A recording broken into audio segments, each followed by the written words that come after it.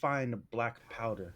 This powder has a variety of applications, one of which is that it can coat a surface and completely black it out.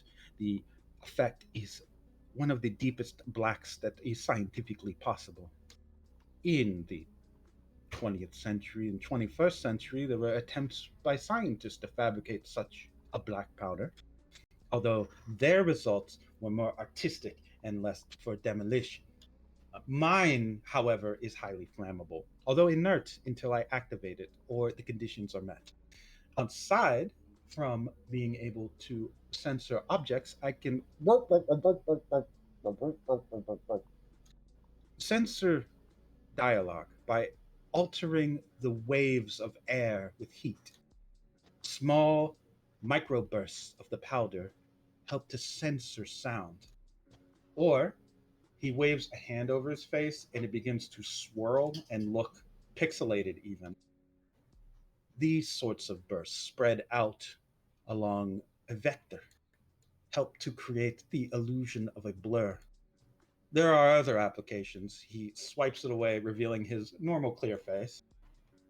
But generally speaking, you can think of it like censorship and explosions and fire.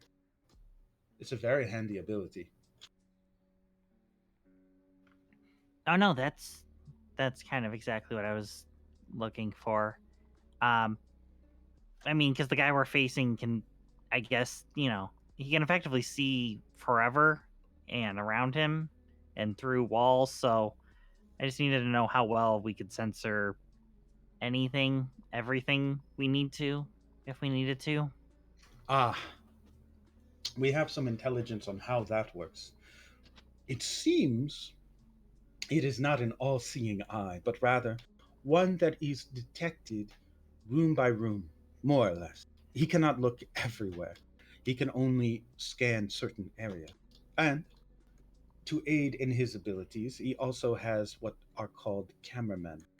Every samurai has the ability to pick up and form their own crew. Regular people who just want to catch on the coattails of power and money, like mercenaries a little bit. Every samurai crew usually has some kind of affinity or skill set that complements their patron, their samurai. In this case, the cameramen wear small visual sensors inside of glasses and such. They help to give more coverage to the man at the top, and he himself knows where to direct them whenever there may be a blind spot. He even will tell them when they need to go and strike for an attack. Although they are just regular humans, they are trained soldiers. Makes sense, I'm sure. We're dealing with someone that has very good surveillance. So, how do we kill him? I mean, I feel like we've got to clearly, pull a magic trick on him. Uh, you know, keep him and like at this point Mikey's like waving his like left hand around, keep him busy looking at this hand so he doesn't see what this one's doing, and he'll with his right hand he just like he probably produces like one of his business cards. You can see Lazaro is staring at your. He's staring at the hand you're using to distract, and he doesn't see the business. I don't follow. Yeah, that's the point, and he goes to hand the card to him. He looks at the card suddenly, and then looks at the hand that was distracting him, and then looks at the card, takes the card, looks it over. Hmm, good trick. Thank you. Yeah, that's I mean, I feel like that's kind of the easiest way. That's how you distract, you know Sleight of distraction. hand. Sleight of, yeah, but we're gonna hopefully be doing it from, I don't know, like half a mile away. Oh no, we'll have to go in and take care of him a little bit personally. I know your Yeah, and he, skills. you see a very uneasy and like almost way too wide because he can kind of stretch his proportions a little too much. Just very kind of flat smile. Just yeah, that's fine. There are maybe two or three things you should know about Endaros that we've been able to gather. One is he conceals himself very well. Aside from being able to see everything in the way that he does, he also has the ability to use his samurai arts and go invisible, which I'm sure you know. is a bit of a bitch. And Yeah. I mean, not like. I mean, there'd still be ways to see him, right? Like mm, heat or. perhaps I think there are perhaps measures, but I haven't tested any. And quite frankly, I'm not quite adept at new technology. But you could probably just, I don't know, smell him somewhere or follow the trail of, um, well, I don't know what he eats. Banana peels, something. Coconut husks, probably peanut shells or candy bar wrappers, hamburgers, pizza crusts. Personal question. You do eat the crust, right? Yeah, I mean, I could effectively just eat the whole tree. It's just it's a matter of, you know, do I want to or need to? Hmm. Weird. Well, anyway, generally the mission is going to be to take him out, but I have to ask you up front because you are my partner. What do you prefer? Something violent or something peaceful? I think I already know the answer. I'm just asking because I want you to feel reaffirmed as a person that you're heard. I mean, I don't think we can really get away with a peaceful situation here. I don't think if we just ask nicely that he'll stop or give us access to killing his boss. Hmm. If that's what you mean. It is. You don't think we can talk him out of it? Hmm. I mean, I feel like we wouldn't be the first people to try and offer up anything that this person could want. I mean, we are effectively trying to bribe someone with access to the most powerful person in the world, or at least one of them. This guy's got probably letters stacked up and everything. Hmm. True. Well, in that case, then I should ask: do you prefer like a quiet death, or should we explode him, or I mean, if we're all trying to do this simultaneously, I would hope for some level of discretion. I don't want us to be off and you know somebody be alerted and then it kind of throws everyone else's plans off. so nice, quiet, in out, kill him, maybe break his neck or something, and then we're done. Easy. This won't be like the last time. No, no. I don't know what your last time was like, but I mean, I have, you know, uh, and I don't think Mikey would be carrying the rifle around now, but he goes, I have a rifle. That's why I was hoping to make it a clean in and out from somewhere else. Last time I went on a job like this to take out someone powerful, I burned the casino to the ground. So, Yeah, no, I mean, we'll figure it out. good. If worst comes to worst, though, I will burn this tower. Just I mean, completely level it. no, I mean, if we have to, we have to, I suppose, but, you know, But if I do go to burn it, I'll make sure to leave a window open so you can fly away like a little squirrel. Have you seen them? They glide. It's amazing. yes, I know about glider squirrels. They were around when you were around. That's not a new thing. I know, but I didn't know about them. I, Oh, in yeah, my mind, I it's guess. just like they hadn't been invented yet. Okay, yeah, I guess that's a way of looking at it. Regardless of anything having to do with squirrels, we should also get a little intelligence on some of the people inside. Luckily, Dorable has provided me with a few profiles of people of interest that we may want to perhaps see or work our way towards as a way to go up through the tower. Which, Okay, what do you got? well, this is where Ice Peak and Enya, your characters, are you done with them? Somewhat. Okay. Let's see. What are your names? We have Korebe and Dima Bogdanov. Well, Dima Bogdanov. Karobe is the puppet. Nikki Oh. is the guy behind the puppet, or the girl behind the puppet. Okay. Tell us about Nikki then. She is a gentle gangster himbo that got caught and is now doing community service by doing this puppet stuff. It's kind of dumb, big gorilla-like person, and wears like a tiger tracksuit.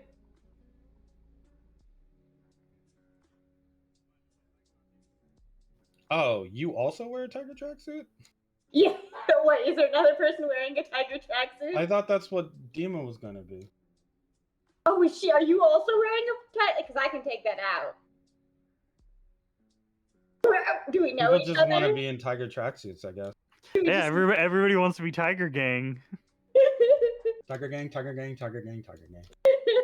Well, you'll be in a suit anyway, so it's not like it's obvious. Right? Like, You could be a former associate of Dima's. Sure, yeah. Secretly in the tiger tracksuit gang. Sorry, I didn't mean to steal your thunder. Is Dima's a man, right? Yeah. I'm just asking for the mid journey. Yeah, he is. Okay.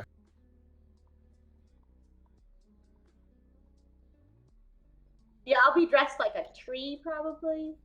So That's with a kind of little, funny. a little puppet hanging off of him. Okay. So you have that is the file that you first of all, Lazaro hands over the dossier that shows information on Nikki, the puppeteer. As you can see, this is one of the people that works with the children's broadcast here in the Radio Tower, where they, of course, film children's show while they torture people in the basement. Go figure.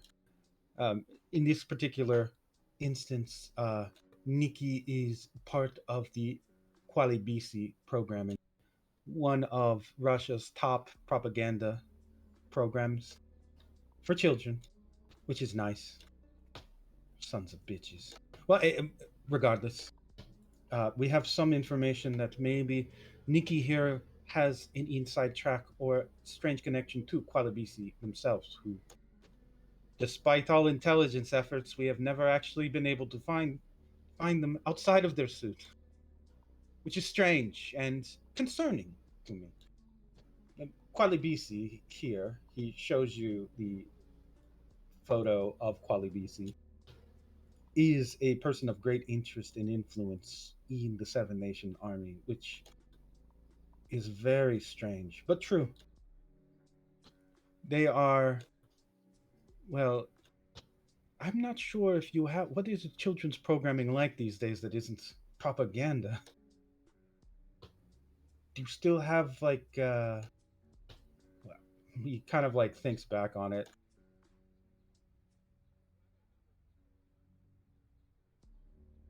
Popeye?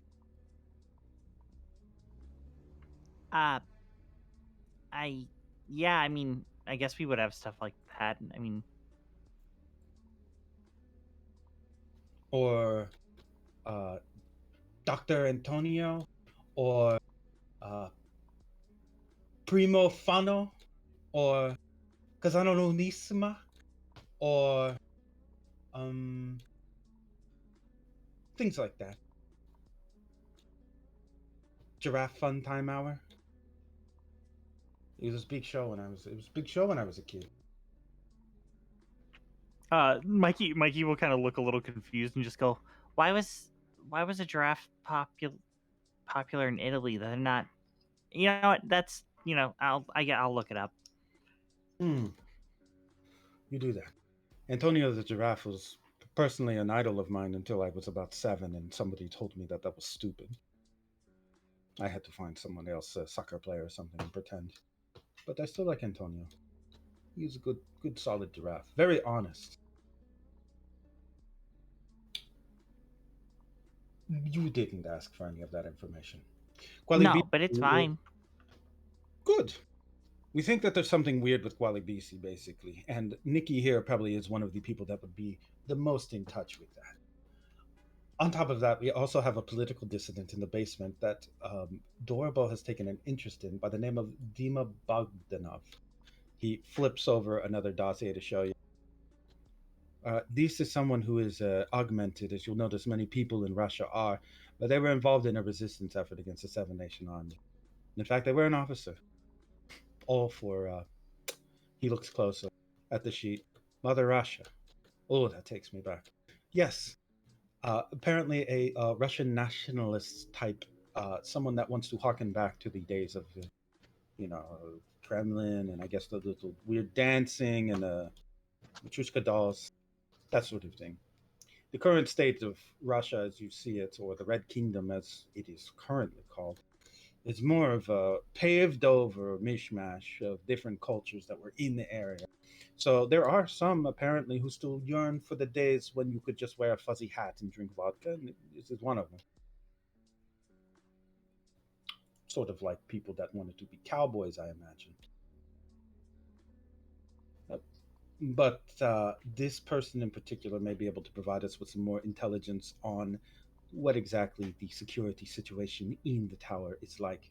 Since they have been dragged up and down it, they have likely seen a good deal of it. And since they are not expected to leave alive, I don't know if you knew this, but after they capture people's testimonies, they tend to execute them and then tell everyone that they've been reformed and are working somewhere happily with computer made images or computer generated images or CGI.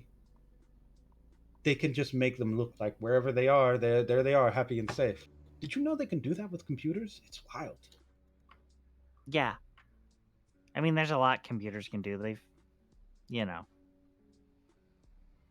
Of course, I've done enough talking and provided you with enough intelligence. It's time for you, Detective De La Cruz, to apply your own expertise. You are a forensics man, which means that you would be pretty cool at finding a murder or something. But in this case, we'll have to apply some of your skill set to figuring out where, when, and how we should make this hit. How do you see yourself approaching the target? What do you have in mind, Detective De La Cruz? Go. Yeah, Mikey's probably scanning over all the papers, all of the information, just absorbing it as best he can. And then is like, Well, I mean, obviously, we need to work on getting this Dima figure out, breaking him out. If they're going to do an execution of him publicly or otherwise, I mean, obviously our target may not be there in the room when it happens, but you know, that it'll be for the best to help there. This kid show, we can obviously try and subvert that. Actually, we could probably use that as the smoke screen if we get in with somebody, because I mean, there's a good chance that that puppet or thing is, that itself could just be a whole computer generated thing. No, it's a just, real person. That's okay. Well, it may be hard to get the person in the suit to agree, so maybe we can, I don't know, find someone else that's part of the show to act as, again, our smoke screen so that we can free the prisoner, Dima, and then once they're free, we can use them to help incite, a revolution within the compound. I mean, I feel like that'll be multiple issues going on at once. And then Mikey will actually reach into his jacket pocket and kind of fiddle around, and then pull out one of the rounds for the rifle that Clint gave him, and he'll set it on the table. Just go, and then we'll take care of it. Very good. Well, that's one plan, one way to do it. He looks down. You notice on his wrist, he's wearing what looks like a black metal watch with several different faces that spring off of it, off to the side, all having different timers. He's watching it carefully and then looking over at the man and woman that he was talking to earlier. In the next 60 seconds, we're going to have a distraction that will allow us to walk into the building without cameras focusing on us. Um, he looks at you and then kind of bows a little. Apologies. You may want to cover your ears. Oh no, I don't have to. I guess Mikey would start to just close his ear holes because why do I need to cover them? They're... The woman that he was talking to earlier calmly puts down what she was working on at the stand and then starts to walk towards the street. I will tell you something that would probably be more interesting to hear when your ears are open. Mikey's probably staring at him and just go, I can read lips. Oh, he covers his own ears. Dorbo has assets all over Russia. They look like people. They talk like people. They even flirt like people. The woman continues to walk towards the road and into oncoming traffic. But I don't think they're people at all. And then a car strikes her hard. Her body goes flying through the air. The car tips over, rolls into a nearby tower, which sends a spray of sparks all over the area, setting off alarms, and you can hear what sound like weird audio jam signals as the tower was part of a larger network.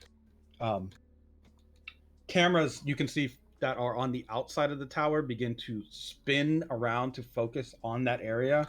As people are screaming, the woman just rolls away, like her body flopping basically around. She just stares blankly ahead, and you couldn't be sure if she was alive or dead. But it seems that she was probably dead on impact. Rosario just kind of winces once he sees this. There's one asset. Let's get to work, partner. yeah, I guess Mikey would now or reopen his ears and just go, Was that a bastard made to look like a person? I mean, they already are human shaped. You could put enough prosthetics over top of them. I mean, latex is cheap when you're a multi-billion-dollar corporation. And like he's saying this kind of like quiet as they're both walking in. He's super curious as to these weird sleeper agents. Lazaro keeps walking with you, and he seems like a little bit. His tone is a little bit darker as he says it. They're not bastards. They are not people. I don't know what they are. You could call them doppelgangers or something. They're empty. There's nothing in there. Meat suits. He slides through the first security door, and you can see him flash black powder over a retinal scanner, causing it to short as he holds the door open for you. Come in. Yeah, Mikey will obviously slide in himself. Once you two are through the front door, you see security rushing towards you, but they're not focused on you. They're focused on whatever's outside. He is able to create a visual blur that just makes it look like you're in the shadow of a corner enough so that they just walk or run right by you. Once you can actually see, by the way, that there's a thermometer near where, or a temperature reading sort of near one of the walls. It goes up when he does this. It goes down once the guards have run past the two of you, giving you more of an idea of what he was saying before about visual distortions and heat. Once that's passed, he moves on to walk towards looks like it's a long corridor heading down towards an elevator. Do you mind opening this? He points at the elevator doors. I mean, does it just have like an up and down button? No, it has a key. Okay. Oh, yeah, I can.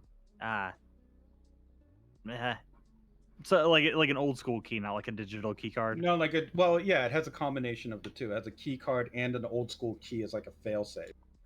Oh, now, okay. Yeah. Oh You no, could- what were you gonna say? You could just use travelers to go in and turn it if you wanted. Like that's a Okay. thing you could easily do. With your Yeah, I staff. mean, I was gonna say that, or he just kind of forces his finger through and fiddles with the old school lock that way, because no bones, baby. You want to get your fingers in? There could be electricity in there. I don't know.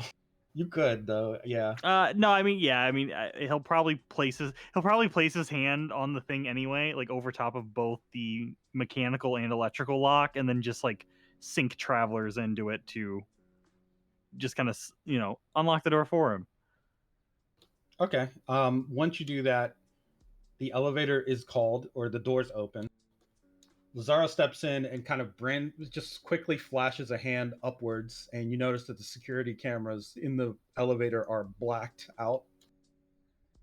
And then he presses a button for the basement. We're going to have to get costumes or something. Disguises, I mean. Oh yeah, I mean we do kind of stick out a little bit. He looks down at his watches again. We have maybe 20 minutes to get to what I would call the point of no return. Because in 20 minutes, they're going to make an announcement, or so I've been told, which will be our key sign that things are about to kick off. I hope you're ready. He gives you a slap on the back and kind of waits for the elevator to take you down to the basement. He seems confident. Yeah, I think Mikey would kind of straighten up a little, with that like pat on the back. But yeah, I think he would feel okay. So far, nothing's gone so bad that he doesn't think it's not gonna happen. The first level of the basement is where they will film the children's show, and then the fifth sub basement is where they're keeping Dima, supposedly. So we can go to one and then the other afterwards. Now I have to talk. I have to talk like a Russian. So you're going to hold on. I am Rush. I am Russian. I am Russian. Da, comrade. You can see him like struggling. Yeah, I can do the talking for the most part. Oh, okay, comrade. I like vodka. Eh. Eh. He seems to be struggling, and then he shakes his head. I hate the Russian. Oh no, I mean, yeah, it can be a bit much, but that's all right. I mean, like I said, you'll figure it out. We can work on it. Da is my Russian is good. He gives you a thumbs up. He gives a thumbs up back. All right, so, in the basement, the situation, Dima. I think I have a token for Dima. I found one that I think is kind of JoJo-like. Cool. Let Don't worry, I ain't picky. Oh yeah, okay, good. Let me give you that token, and I guess you need one for Nikki too, huh? I slapped a token into shitpost.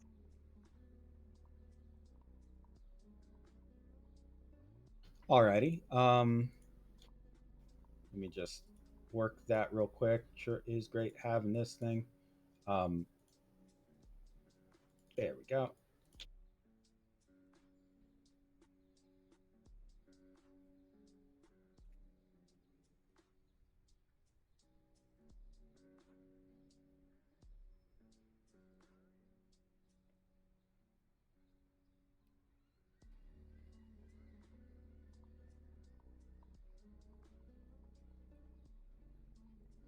Okay, and then I just do the thing, and you should have a token now. There you are. Look at that. Thank you. Oh, not you. I haven't added your Oh. token. You Oh. thanking me when I haven't even done the thing. Ruined. Oh, Oh Oh shit, it's nice and vague. Nice. Okay, so Dima, what were you brought in? What were you taken in for? I'm gonna say that they're a boisterous person. Boisterous. Yeah, so they were causing a ruckus somewhere. Okay. So you were what were you causing a ruckus about? Like did somebody like was it something to do with your political activism, or was it just regular old shenanigans? Gonna say, well, like, probably something political. What with, like, there's stuff going on, right? Yeah, okay. Leading up to this whole coronation. Not coronation, but. Yeah, like a lot of dissidents have probably been like rounded up as like part of the latest efforts due to what Sonny Fortuna did, his big document dump. Yeah. People have probably been brought in. And then Nikki, you are a puppeteer on the Quali BC show. How did you end up not being, or how did you get out of your tiger tracksuit gangster life? Got caught with some sort of minor thing, and they said you could work it off if you. They were an engineer at one point, so working with mechanical puppets, they could do that. Okay. Aha, they have skill. Nikki, you are probably like you work with Quali BC, like probably behind the scenes, like often. How often do you think that you have seen them like off camera? Like, do you imagine you've run into them a lot, or? Oh, I probably follow them about. And, Oh, they don't want to be followed. Well, I'm a little sidekick person, so whatever they tell me to do, I will do. I'll run and get them coffee and shit. Oh yeah, okay. That seems reasonable. You've been told to bring Quali BC in his changing room. You've been told to bring him a bag. Do you knock on his door in the studio setup here, or do you just go in? I use my little puppet to knock, so it's a very tiny knock. You hear something like wet crunching inside. What did he tell me to pick up? You don't know. The bag feels wet and heavy. Boss, I got your lunch or something. Oh, yes, come in, please. Yes. Bring the bag to Quali BC. I opened the door. Quali BC is hunched over a table, and you see that there are scales, and it looks like a few thin bones. What is it you bring for Quali BC? A bag for Quali BC for me? I don't know, but it smells like it's from the fish market. I love it. Give to Quali BC. He holds his large furry hands out. The little puppet is holding it, and they'll push forward the little puppet with the bag and hand it to him. Quali BC takes the bag and he just giggles. Thank you, Quali BC loves you. Thank you, Nikki. You are a good friend and servant to Quali BC. Yeah, that's me. If you keep this up, you will be servant for Quali BC for whole life. Can you imagine 50 years of servitude to Quali BC? What a delight! Yeah, boss. Whatever. You're right. 10,000 years of servitude to Quali BC. Okay, boss. I will have papers drafted immediately. I'm only kidding. You will not live for 10,000 years. Or 50. This is ridiculous. Thank you for bringing Quali BC's lunch. He slowly pulls what looks like a raw, still moving octopus out of the bag. This is Quali BC's favorite snack. Ew. Leave! You cannot watch Quali BC have been putting my puppet up in front of my face so I cannot see him eat that, and slowly back out of the room, terrified. Remember, you are servants to Quali BC I nod with the puppet, like rapidly. The like for little rest of life. little puppet's like face and little floppy body just kind of jiggles as he flops it like even faster. You can He's hear. like terrified. Oh, do you close the close door? Totally reach over with my non-puppet arm and close the door. Criminal dog. Quali BC will forget ever dirtying himself with you with fresh meal. And then you just hear more wet crunching and slurping sound. I hate it.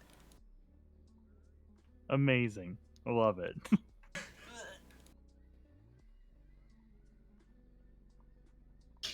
Ugh.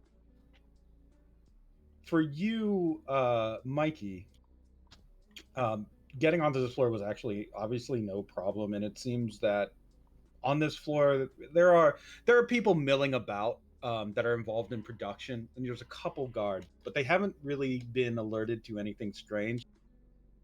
You have the ability to kind of alter your appearance. Do you choose to do so? Yeah, that probably happened in like down the elevator. If Yeah, not like- if not as they walked in, like Mhm. probably like with the cameras going out and like hiding in the shadow, he had enough time to just like shape shift. Right. So you, what do you look like now? What is your general appearance? I mean, kind of. I would say that he kind of took at like aspects, like little bits here and there of like everybody he's passed, like on the way in, and like for the time that they've been there in Russia, just like trying to create the most generic staple guy face, and just kind of squares himself up and like shifts his like size and weight around to just kind of look like if you were to just ask like an AI thing to type in normal Russian man, it would just be everybody would be able to point and go, yeah, I know that guy. What's his name? I don't know, Peter or something. And Okay.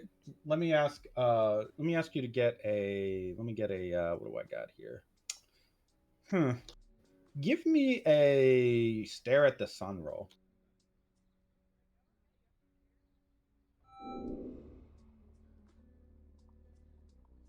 The two. You can choose to fate point that if you want, but that's going to be the score that anyone would need to look through your disguise. Like you're creating an obstacle for them. ooh, then I would like to pay a fate point for that. You want to put it at a 4? Yes. Okay. What do you invoke to really enhance your disguise? I think this is a perfect time to use my motto, which is know the enemy. Okay. Then in that case, you use kind of some of. I guess if you're doing it from that perspective, maybe you incorporate more of the typical soldier look, or like more like the military age man. This gives you a little bit of an extra advantage, maybe when dealing with some of these Russian guards inside of this tower. I have, I think, a token for a generic. Should I tell Midjourney to make a generic Russian man with dreadlocks or something? I mean, you could even just you could say that like even his hair probably changed too. Like he probably actually has normal eyes now, because it would be weird for a soldier to have like his hair covering his face, and that be something that is everybody's just okay with. Don't worry about it. Okay. Are you choosing to disguise as a soldier? It's a question, I guess. I should also Yeah. ask. Basically, he basically wants to have the face and build of like a soldier. Mm-hmm. Okay. Then we will give you the advantage, I guess, of when you're dealing with the military. Generally, They may not think that you're a soldier, but it would be easier for you to probably deal with them. Meaning, it'll be a slightly lower challenge, I suppose, or slightly lower role for you for their passive difficulty when dealing with them, slightly, because you've invoked like a pretty good aspect for it. Lazaro has pretty much tied his hair back into a ponytail, and you can actually see him as he like leans up, has kind of glued on a fake mustache. He looks like a bike riding hipster, more or less. Perfect. Okay, now we just need. He looks at you. Pretty good. I think you should get the uniform or something. We have options for that, of course. Yeah. Would you like to snap a guard's neck and then put on what they were wearing, or I mean, I figured I could probably find something. you're right? You could find a guard to snap its neck and then take his uniform. You would have to find the right size of it. You may have to snap several necks.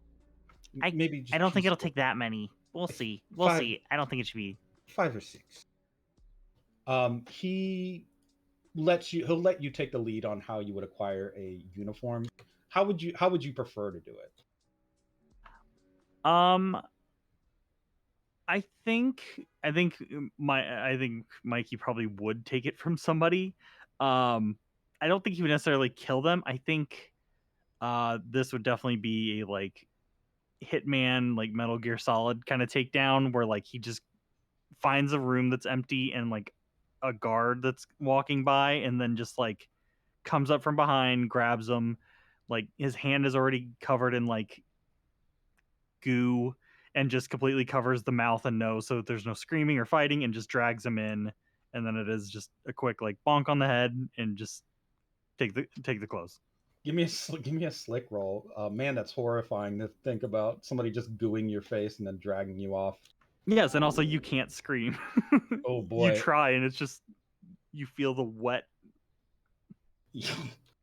So, yeah, you're able to pull this off fairly well. Have you ever done anything like this before, out of curiosity?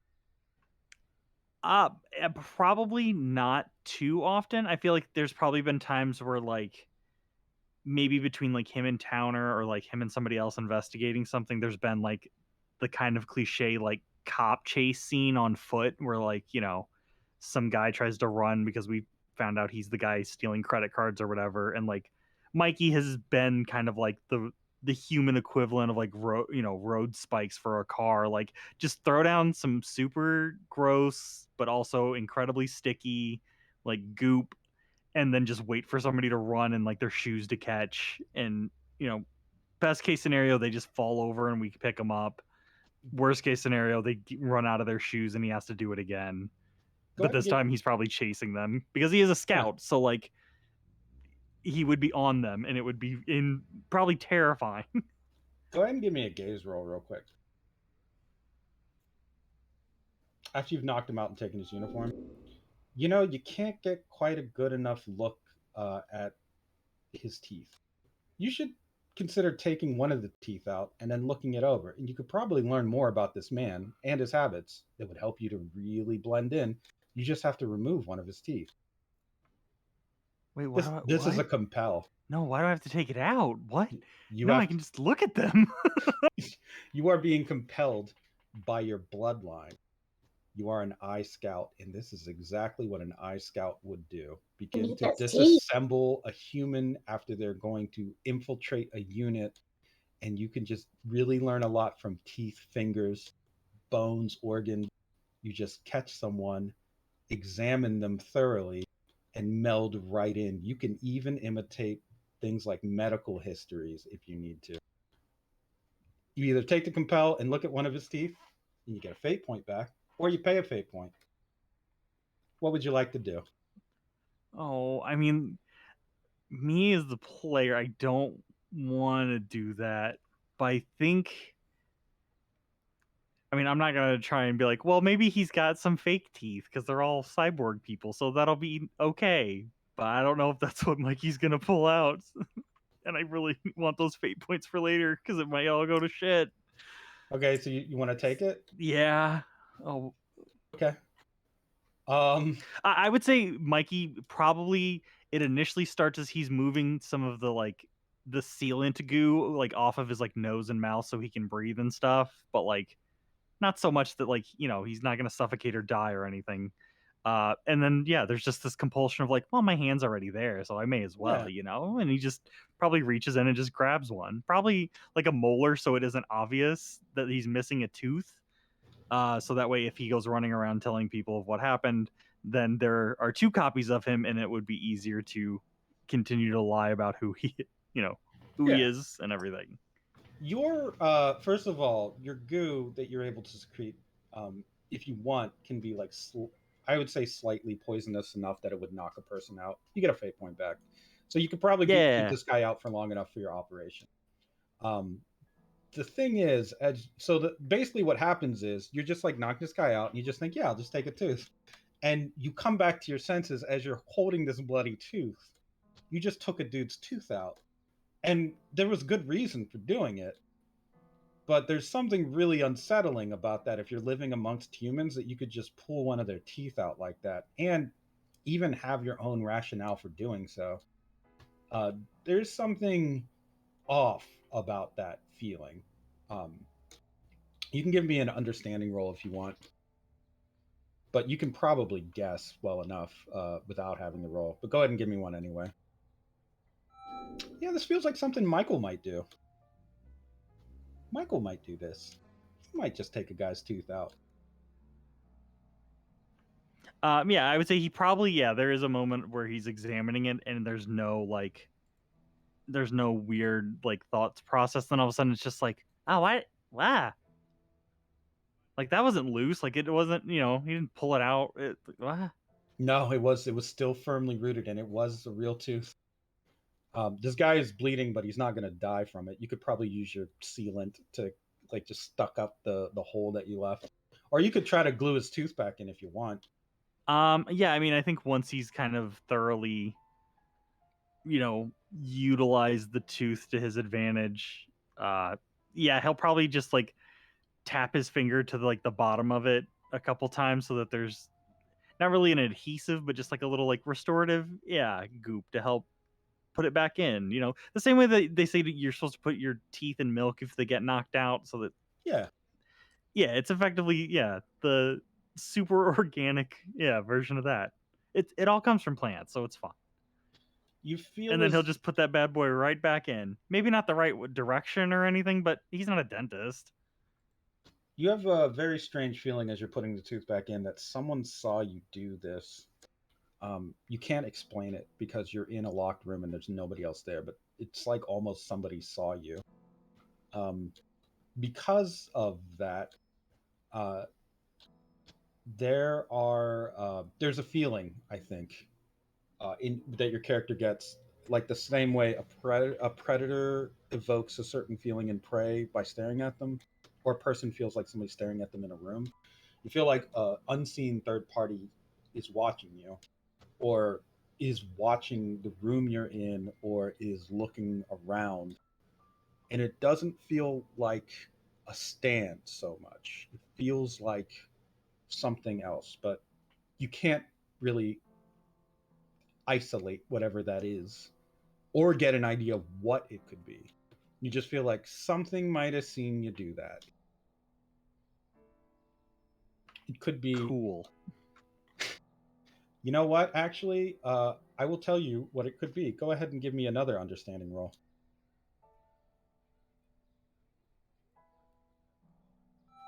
One of your own eyes was staring at the tooth, and you are not being relayed that visual information. One of your eye stalks kind of like came out of the side of your head and was looking and watching. Once you are aware of it, you begin to get visual information again, but it was almost like someone hijacked one of your stalks.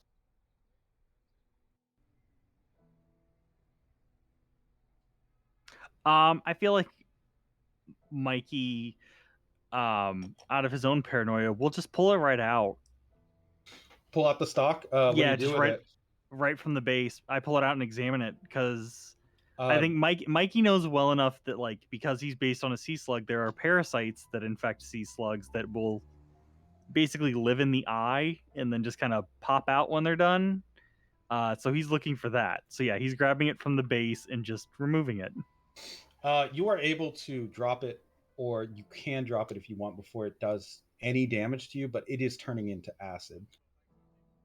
Yeah, I would let go of it.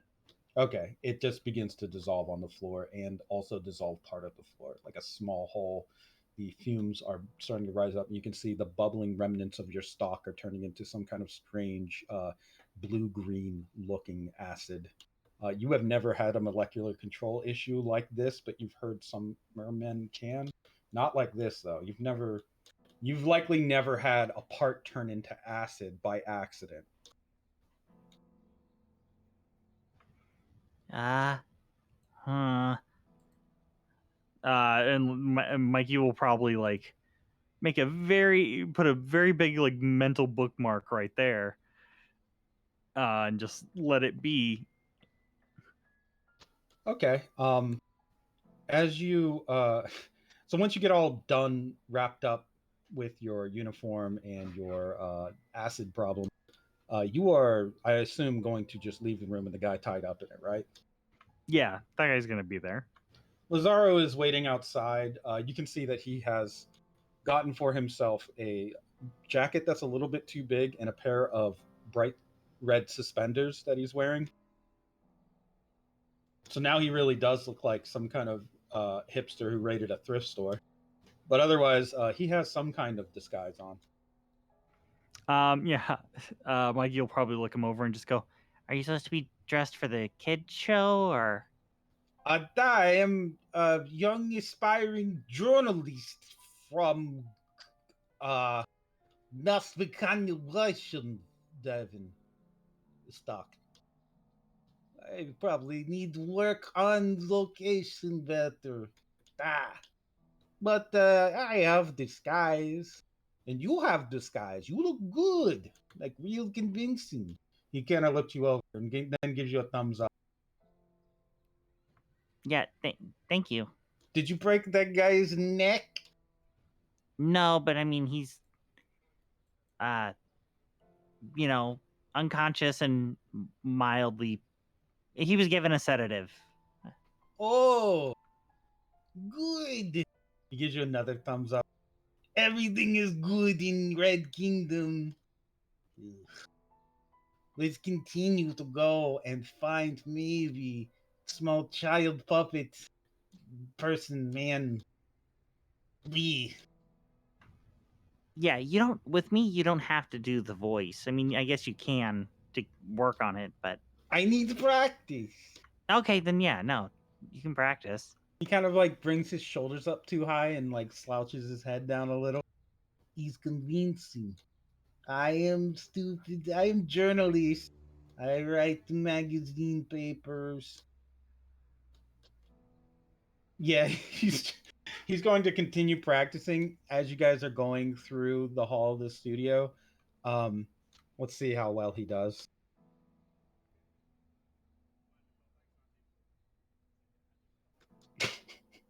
um, he doesn't do very well. People seem a little bit put off because he does look like somebody that's having like some kind of medical problem. When he says, "Hello, hi, my name is Ivan." He's kind of waving to people as he goes. He doesn't trigger any alarms yet, but there may be a slightly increased interest in the area if it's reported that there's a weird guy walking around and introducing himself to strangers. He will tone it down though, because it's likely that you would. Would you tell him to tone it down, or do you just let him go? yeah, no, there would definitely be a like, if anything, because he is dressed like a guard and acting like one.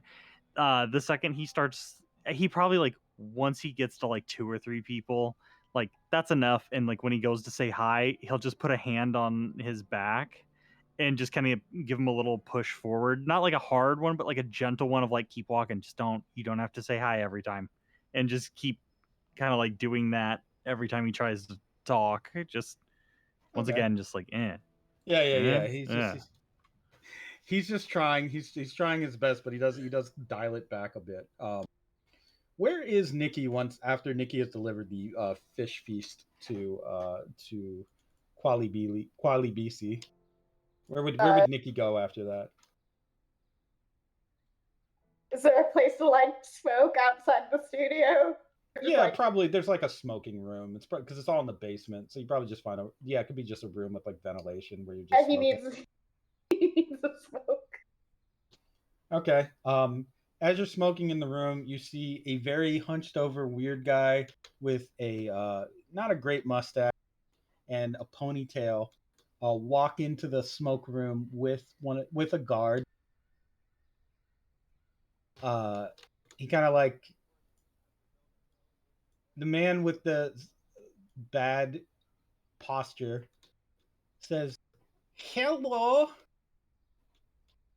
You He looks around. You are alone in here? Nikki looks about. How bad is he talking? Like super bad. Like he is not Russian at all.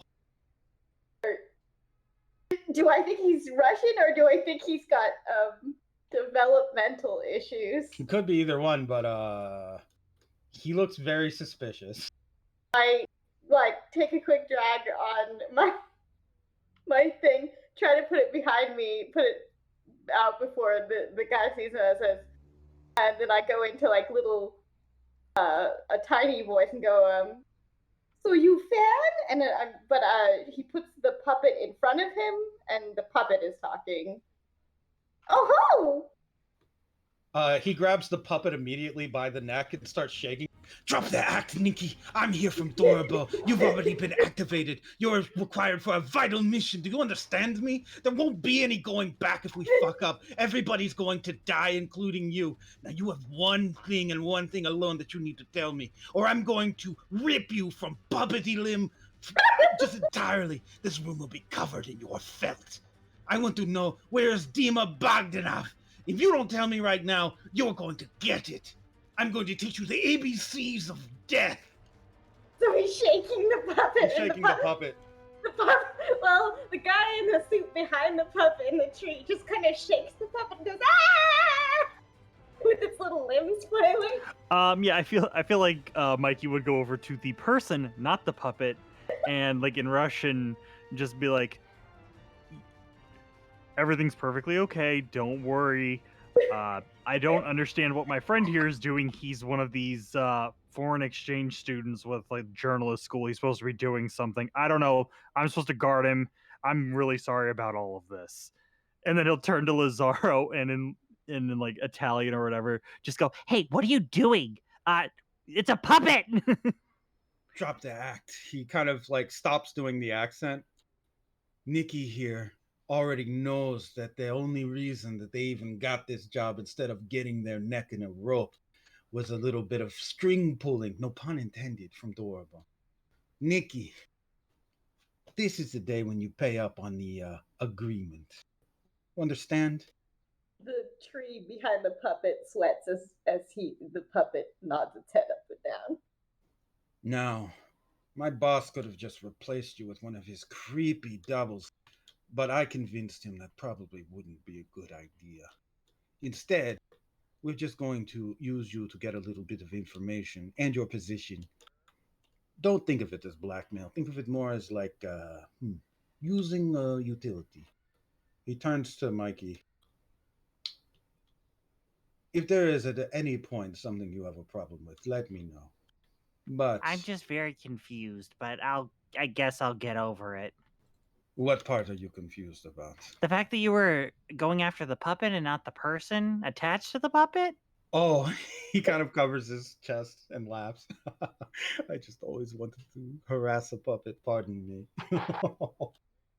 It was a lot of fun. No, but really, I will kill you if you don't do what we say. God, it says that to the tree now. Thanks for for giving out my cover, man. This is to Mikey. I was gonna say, like, Mikey will literally, like, he'll stare at the tree and then literally follow his arm to the puppet. Like, how do you not see this?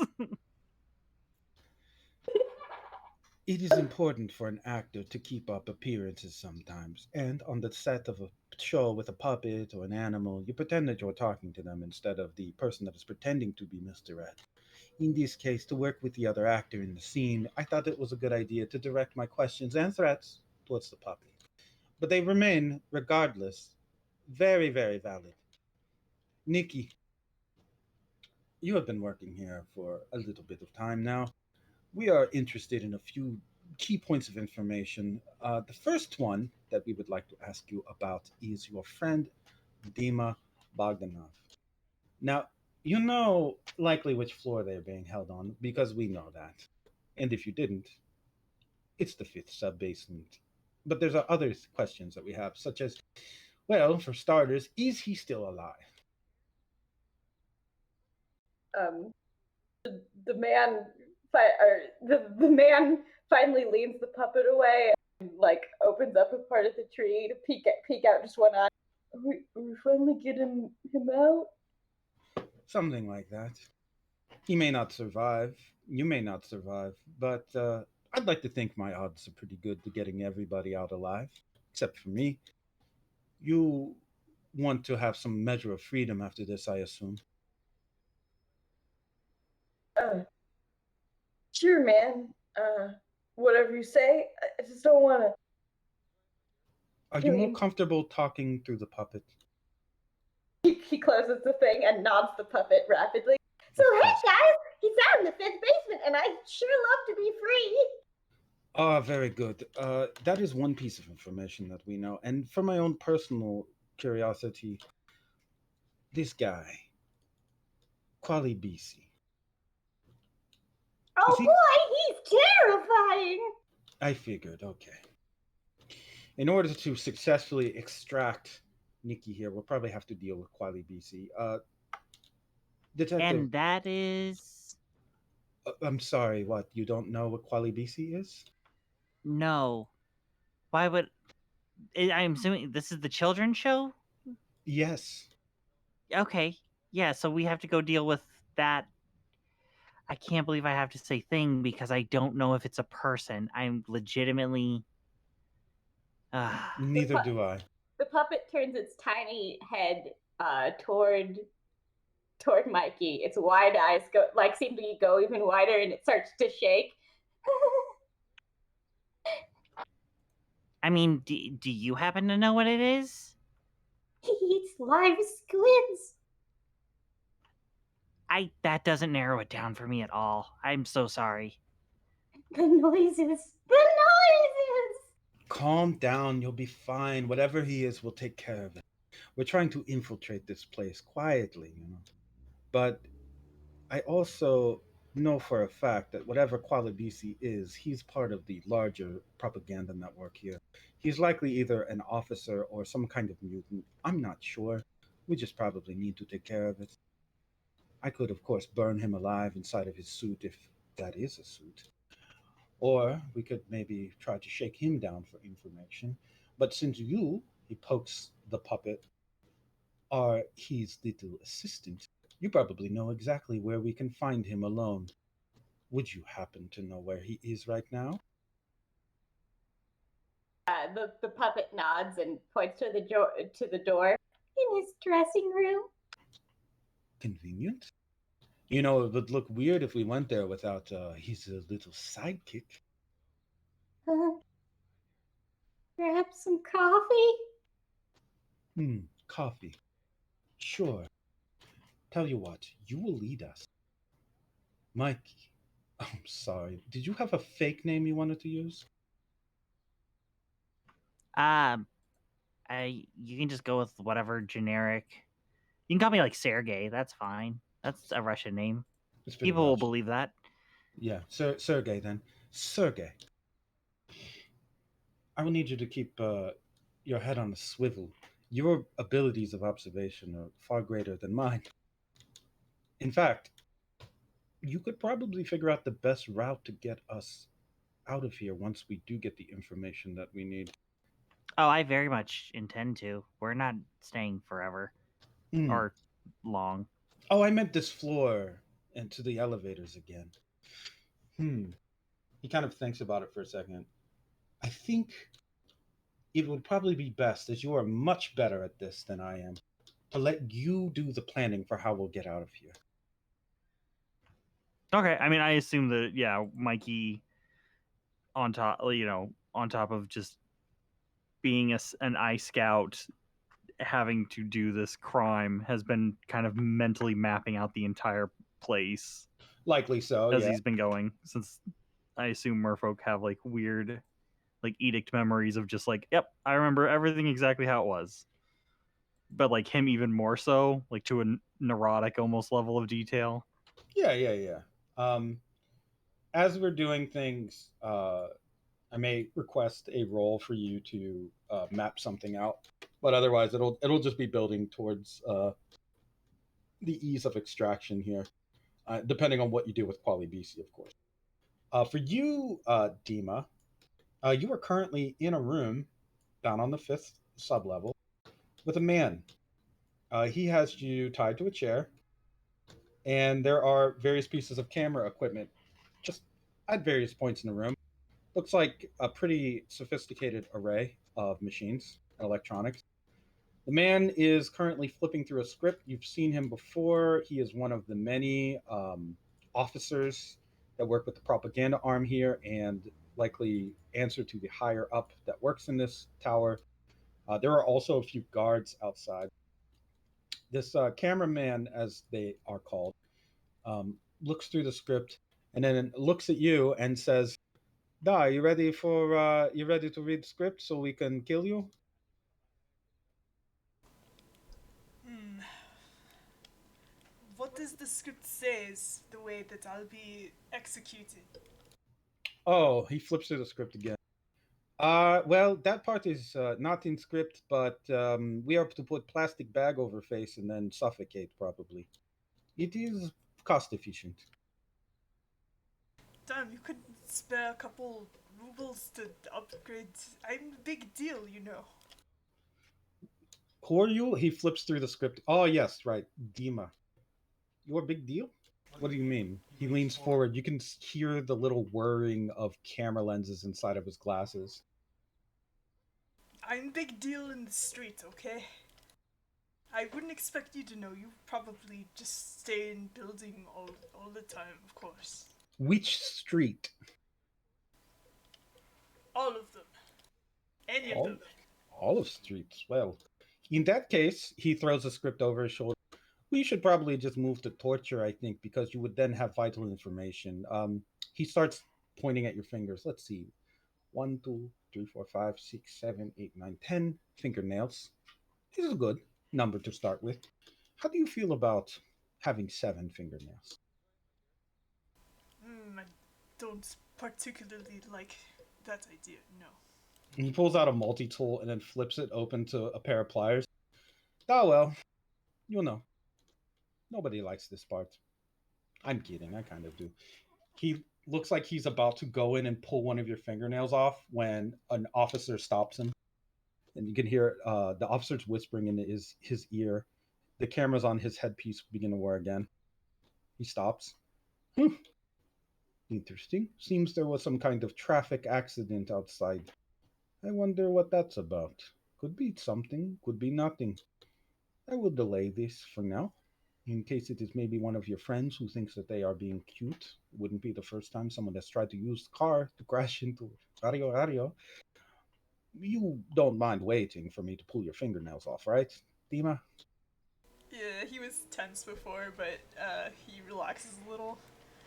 Uh, it is better to have 100 friends than 100 rubles. He slaps you in the face. Oof. Sorry, that was just warm up. You will sit right here. Guards will be with guns and shoot you if you move. And please don't. I will be back. Or someone else who looks like me. Either way. he gets up and he just leaves the room, leaving you with these guards. Your situation is dire. You know, Dima, that there are a few other people that you've likely been in these cells with. They are not usually seen after they read whatever their testimony is. Did you leave the script to memorize? He left the script. Dima, like, dejectedly looks it over. They wanted me to say this? This? Really? Yes, it generally says things like, I am sorry for hurting glorious Red Kingdom interest, and it was out of selfishness and also because of corruption that I experienced from non governmental agents of chaos. Terrorism is to be renounced. The Red Kingdom and Seven Nation armies have a glorious empire which needs to be fostered with the love of the people and its undying support forever and ever. That is why I'm currently renouncing my evil terroristic ways and dedicating myself to becoming a farmer in the countryside, raising deer-added vegetables for the people to sustain themselves with. It says that pretty much that on several pages, along with like you reading off crimes that you haven't committed, and also just generally renouncing all things that are not within line with the Red Kingdom. None of this is obviously anything you believe in. I would think. Maybe if I don't read this at all, they'll give me a more glorious death. Back over head. No. It is certainly one option for you to take. In the meantime, though, the last thing that you see in kind of your room, your cell, is a blood splatter across the glass where of the door you were being held with, and a man with a mask. You just see a masked face looking through your cell door briefly. It looks like this guy. He fogs up the glass a little with the blood there and everything. It's like a horror movie. Go ahead and give me a muscle roll. You are able to. You've seen some shit in the world. You are not as afraid as maybe you could be, but this is definitely frightening. Don't piss yourself, or otherwise lose your mind. But this does scare the ever-loving shit out of you before it vanishes from sight. And that's what happens there. You also see right after the blood splatter, you watch as it dries up and vanishes. So you just hear a splat, see the face, the blood. It's like something soaked it out of the air or wicked it away, and he's gone. I'm already maybe half dead. What the hell is going on? Outside of your cell, a body is slowly just being pulled away and then very quickly yanked into or around a corner in the darkness. And the blood trail that it left is also following and being wicked up similarly. It's just raising up into the air drop by drop until the majority of it has just vanished into air. Harlan has a sword named Desert Rose, and it absorbs moisture. And in his line of work, this is how he uses it. It will drink the blood of the people that he kills. Haha! He's working in the background as agents of Dorabo and Aqua are working more upfront. Well, they're also kind of working in the background too, in their own subterfuge. Oh dear. But we will take a pause here as you guys are about to move in on Quali BC's room, his dressing room, as you are about to open the door and he is inside feasting on living seafood. We will take a quick 5 to 10 minute break here. So break time. Take a break. Break it up. Okay. Be right back. Same.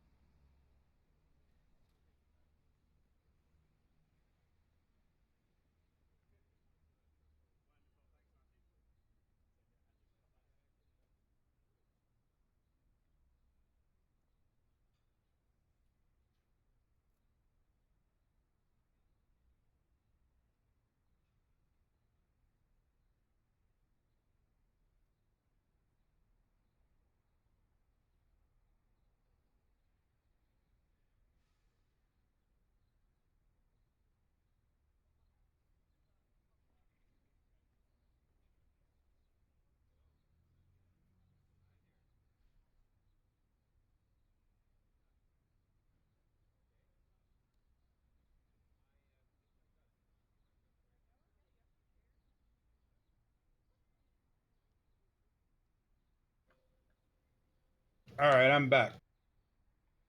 I'm also back. I'm back.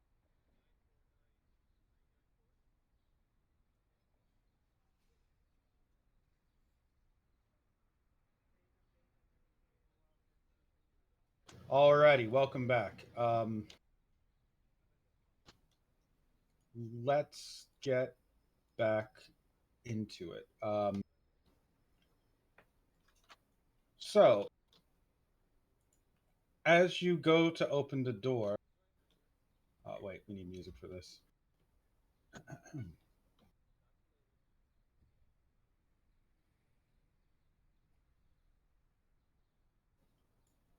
As you go to open the door, Nikki, you're bringing coffee in, right? To Quali BC. Yeah, at least pretending to. Quali BC has finished up their meal and is sitting in complete darkness. Well, not complete darkness. There are a handful of candles lit around the dressing room. Otherwise, the lights are off.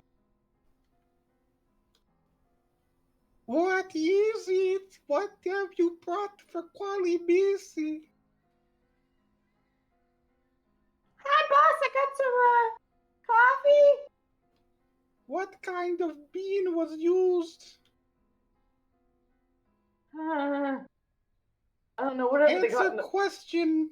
Whatever they got in the break room, boss. Answer more quickly next time, or I rip out tongue.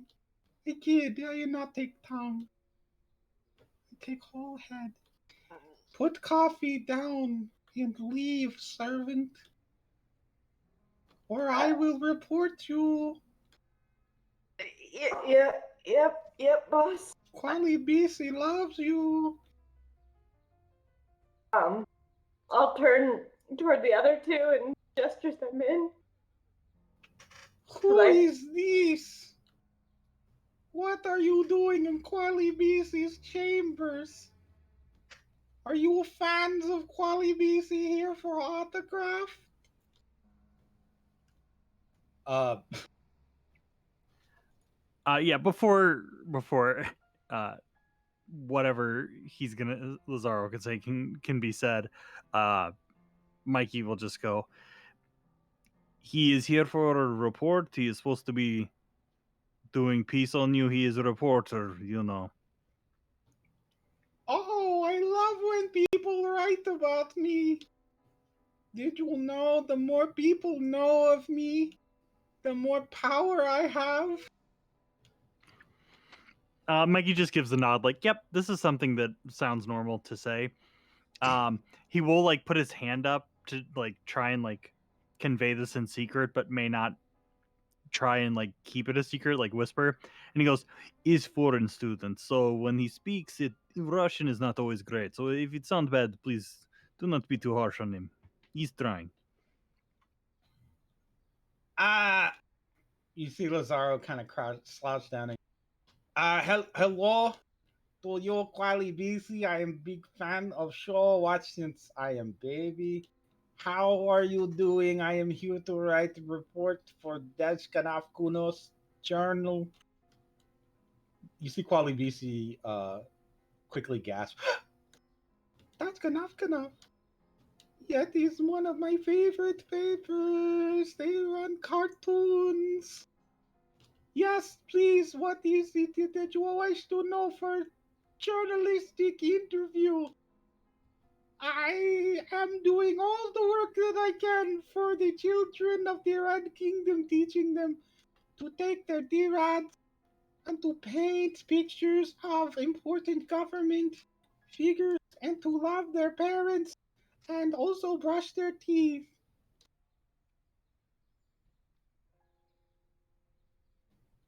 You've never felt a more patriotic spirit than the one that dwells within this fuzzy blue outfit. My puppet sheds a single tear. Don't ask how. It's good that you are doing this, Quali BC, but I and my friend are here to ask you questions that are very important, such as we are hearing that there is maybe some studio here for when there are dissidents who ask questions and they need to make good by government. Do you know anything about these things, Quali BZ? Do you help these lost soul? He rolls his eyes. Lost souls to find their way back to the arms of the Seven Nations? Quali BC nods his head enthusiastically, causing his eyes to bobble. Yes, I am helping them sometimes, though there is security that we have because it's military matter. Also, soldiers are big fans of Quali BC. Everyone is fan of Quali BC. Even those that are criminals know in their heart that if they turn against Quali BC, they turn against... He whispers, God. So it is in their best interest to do as Quali BC says for good of Red Kingdom.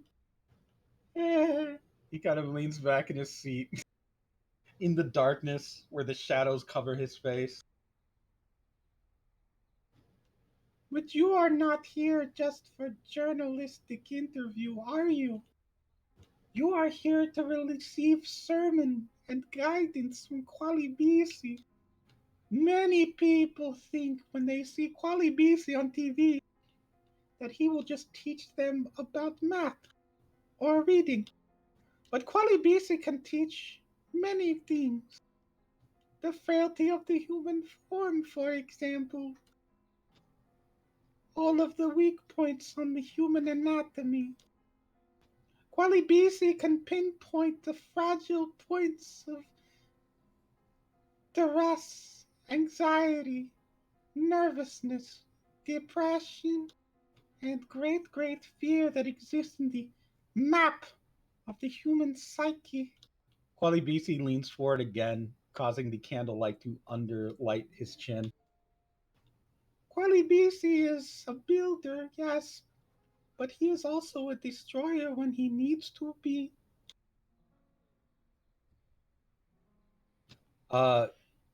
Mikey, you notice Lazaro's having trouble here. He's sweating, and it seems like you can hear his knuckles crack. He may get violent towards Quali BC.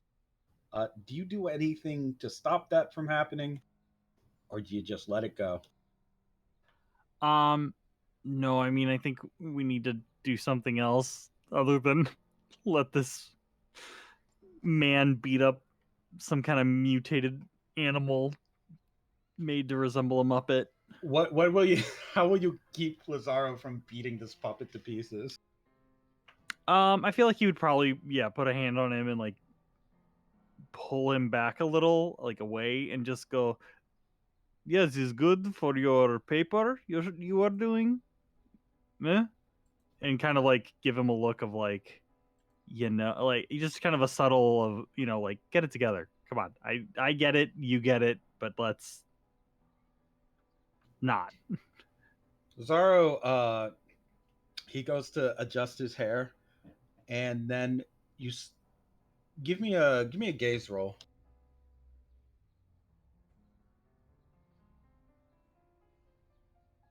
Yes, you can very easily see he's actually motioning sort of with how he's adjusting his hair and his eyes with a quick flick towards what looks like a key card that is on Quali BC's counter, or is like basically where his it looks like makeup or some kind of colored powder is being kept. He nods once and then walks around Quali BC, asking more questions, this time with his recorder out. Okay. Well, that sounds very intense, Quali BC. But really, I must ask for good of Russian children, Red Kingdom children. When the China, you are very popular in the remnants what used to be China, so you're a big international success. How do you feel about the merchandising? He taps his like collarbone as he talks, and kind of waits. You can see that on his wrist, the watch hands are ticking according to how he's tapping his collarbone. Um, because of your gaze roll earlier, you don't even need to roll again. He's kind of indicating that he's trying to get out quickly because he might lose his shit at this thing. Yeah, no, that's obvious. Yeah, Mikey will like drop a traveler's like out from like his pant leg or like boot directly into the floor, and then have it kind of surf around and up to grab the key card and just kind of swivel it around. And Yeah, how do you extract it though? I mean, is Lazaro moving himself in such a way that he could kind of palm it to him in a weird Oh, he's not not. so way, or is he he's- not facing the right way? He's facing the other way. He's getting Quali BC to look away from the key card, as he is he's basically trying to give you cover for your sleight of hand, like you indicated earlier. Okay. Yeah, if that's the case, then I might try and move towards it, but not in a way that obviously where like Quali BC might now shift to me, but probably just take a step and just kind of make it seem like I'm just trying to get like comfortable like with my standing, and just kind of shift a little bit, and then have travelers kind of bring it to me in the same way that it like kind of dropped out and like went under the floor and stuff like that, but like, you know. Quali BC, you can tell his head is starting to turn a little towards your direction, but Lazaro just coughs. He starts to really overdo it. Sorry, I am not taking the D-Rad that you say that everyone should. Sorry, Quali BC could not afford. Quali BC immediately whips his head into Lazaro's direction. You not take D-Rad? You sick with radiation? You poison your insides? Quali BC begins to loom towards Lazaro. You are sick on inside? You are sick on inside and rotten? He begins to lift his furry blue hands towards Lazaro's face. You are like Quali BC? I was gonna say, yeah, as that's happening, Mikey will again like he'll shift himself over a little bit, so that he can try and like pick up travelers as quickly as possible. And then like I guess Mikey and them may have only been there very recently, but he would know what like a D-Rad package looks like, or like what it is. Or... Yeah, it's just like it usually it's just like a pill pack.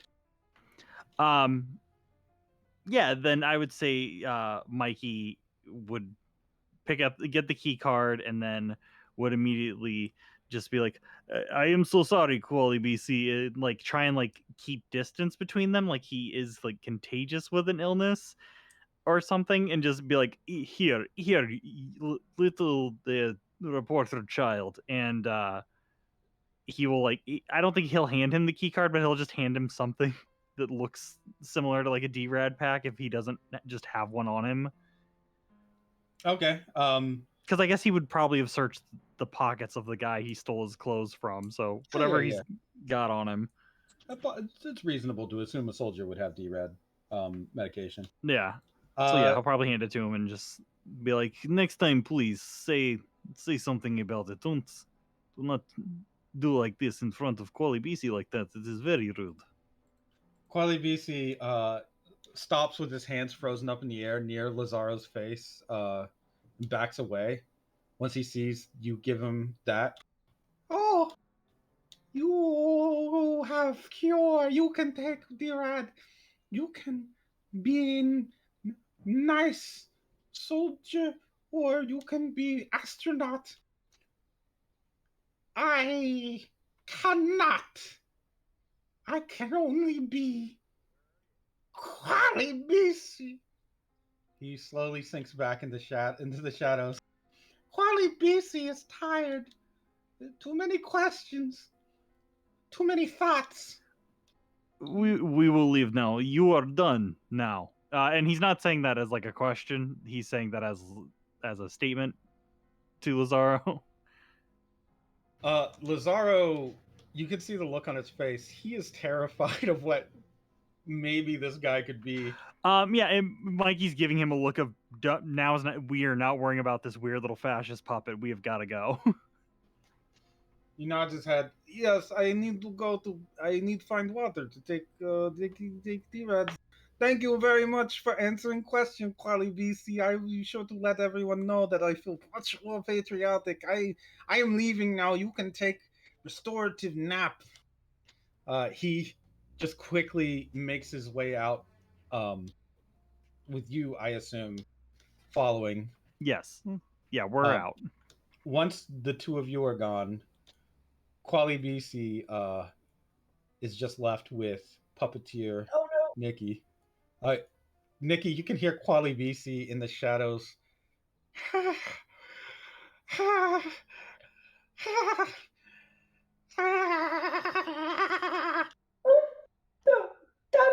Don't forget to take a D-Rad, sir. It makes you stronger. I'm trying to back out of the room.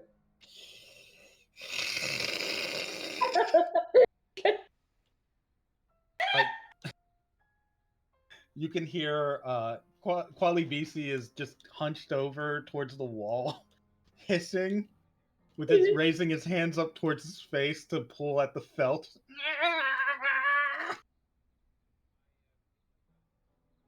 But you can leave. He seems to be currently in the middle of some kind of episode.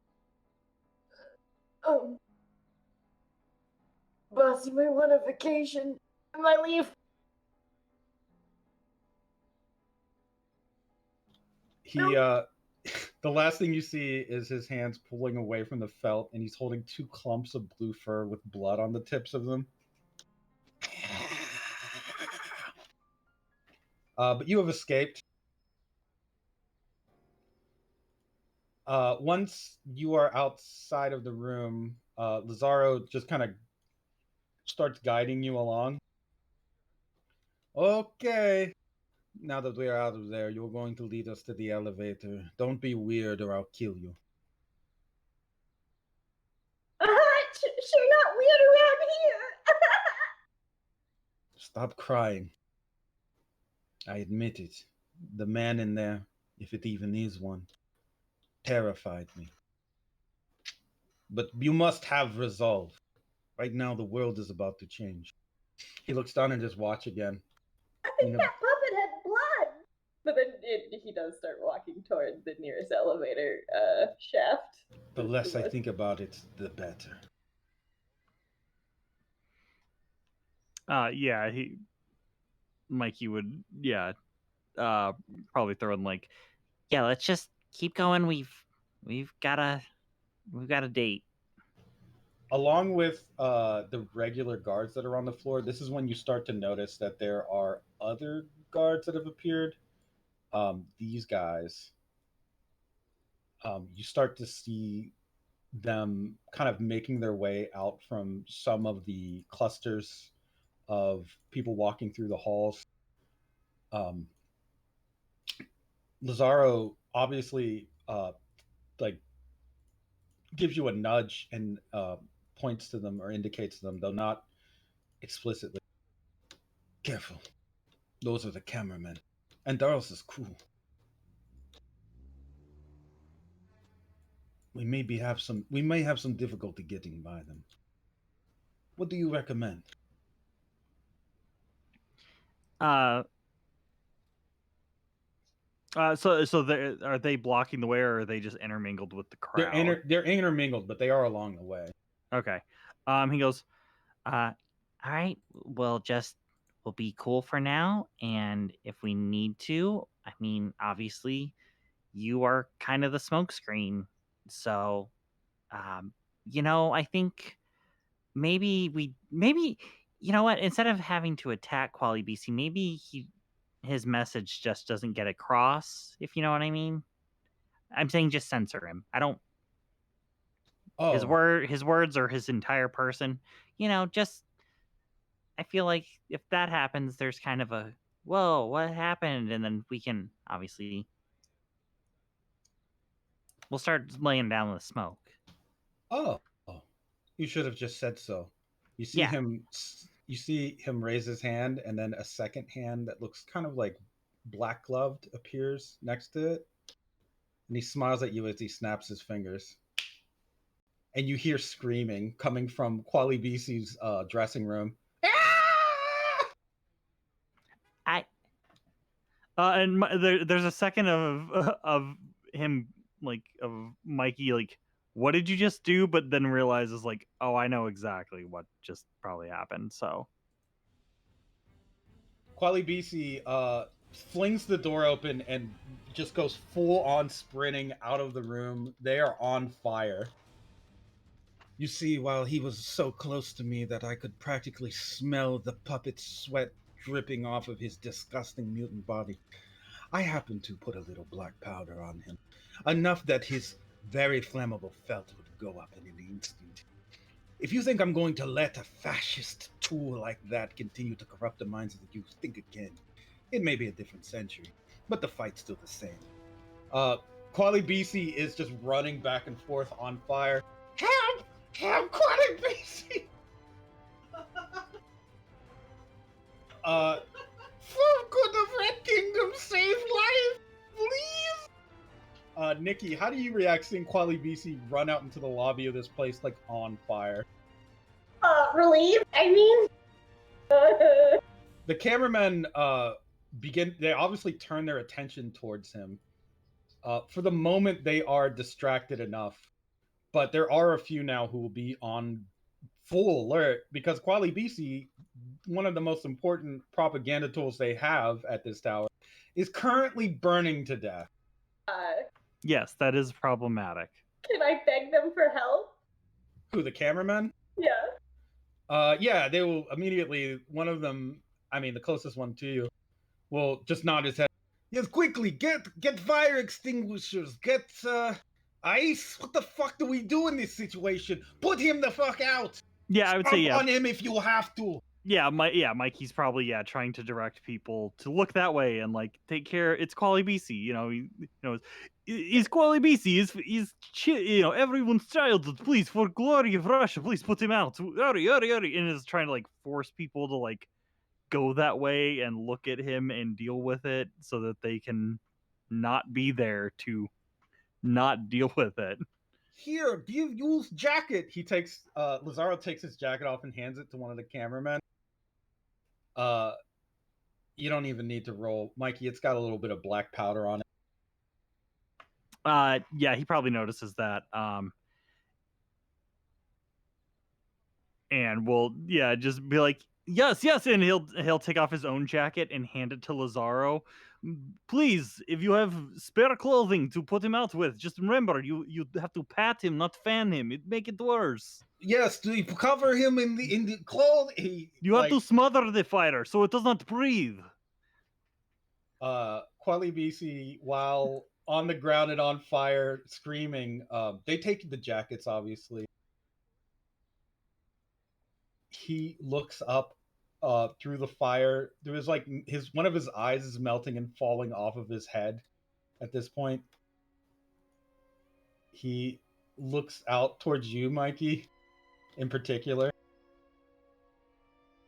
I'm not having another moment like the green. I'm not. I refuse with this thing. But what does it do or say? I am dying! Burning life! He tries to crawl on the ground as the jackets are being thrown on him. I was forever. I shall be Quali BC! And the jackets fall on him, causing him to go up in a massive blaze, exploding fur and blood in all directions. The cameramen are flung backwards, and all that's left, Mikey, it rolls in front of you, is one googly eye, like a coin, just rolls, flips around, and then comes to a halt right in front of you.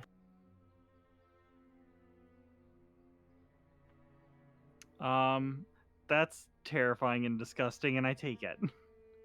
You take the eye of qualities. Yeah, I'm gonna put it in an evidence bag, but I can't pull out an evidence bag because I'll look weird. No, you can pull out an evidence. And nobody. No, yeah, I guess I would soldier. Yeah, nobody's gonna fucking say anything right now. A puppet just exploded. The puppet that represented Russia's childhood. Look, I took a tooth out of somebody's head and I put it back. I'm taking a puppet's eye. It's a puppet. You hear one of the cameramen that gets up, from being thrown back by the explosion, covers his mouth and tries not to throw up. My God, he was something not human, some kind of mutant freak. The fur was real, in the eyes. He even has skeleton. I see it through wounds. Bone like man. Mikey will get up. Lazaro can pass that powder, right? Like it won't necessarily stick to me if he gives it to me. Yeah. Okay, yeah. Mikey will get up and will check on Lazaro and like in Russian and be like, "Are you okay, comrade? Are you fine?" And then he'll kind of put his hands on Lazaro's hands to like see if he's like shaking or anything, and then just very quietly just be like, "I need some powder." Lazaro snaps out of it and he nods to you and brushes quickly his hand down, producing that kind of. It's only for a moment you see that black powder before it fades out of view. Yeah, as he does that, Mikey will go over to this cameraman who's like looking beyond the veil that he should, and he will put one hand on his back and he'll take the other hand, and kind of like gently kind of grab his head with it and like touching his like like the side of his glasses and the side of his face and everything, turn his head away and like kind of pivot him and just go, "Do not look. It is not. No one should have to see this." And like kind of like force him to like look away from this horror, but has now covered his face and back with the powder. And it probably is walking around trying to do the same to the other cameramen, just completely like, especially their faces, heads, and like the glasses, like trying to like, do not look, please. Is is terrible. This terrible thing is horrifying. No one should have to see this. Give me a slick roll, I guess, for that to see if you can successfully coat them without them noticing. Let's see if they notice.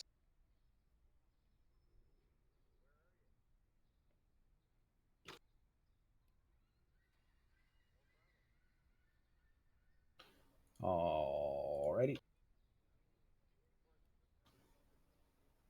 I'm gonna pay a fate point.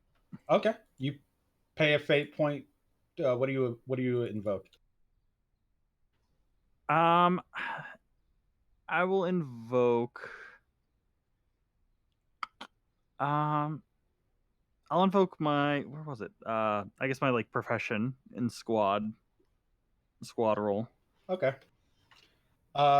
Your squad role as a sniper, spotter, allows you to figure out good, advantageous lines of sight. It also allows you to figure out where you may be able to do something on somebody without maybe them noticing, such as when a sniper has to get in a position, obviously they don't want to be in anyone's line of sight. So it's kind of goes with the job. Because of that, you are able to apply enough of the powder that Lazaro waits for a moment as he's backing away and he sees you do this and says, "Be careful, guys. You all have a little bit of puppet on you." And then as they turn around to look at one another, he is going to ignite the fire. This comes with a +2, so it's a 4. Let's see if they can cope.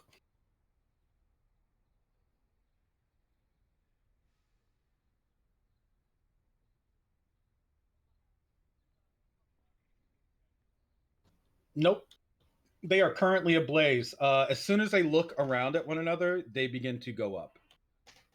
The censorship power has kicked in, and you can see on each of them, not only is the are the areas where the black powder applied. Not only is that burning up, you can actually see lights behind their eyes as parts of their face begin to ignite from looking at the black powder. That's one detail he didn't tell you about his stand. It actually ignites the eyes of people that look at it. They go up immediately and are screaming and running around now, trying to pull off their headgear. They can't do it because it's actually attached with cybernetic bolts. Lazaro just kind of pats his hands clean for a moment and then kind of looks at you momentarily, Mikey, and begins to turn away towards the elevator. He is also, you'll notice, dragging Nikki along with him.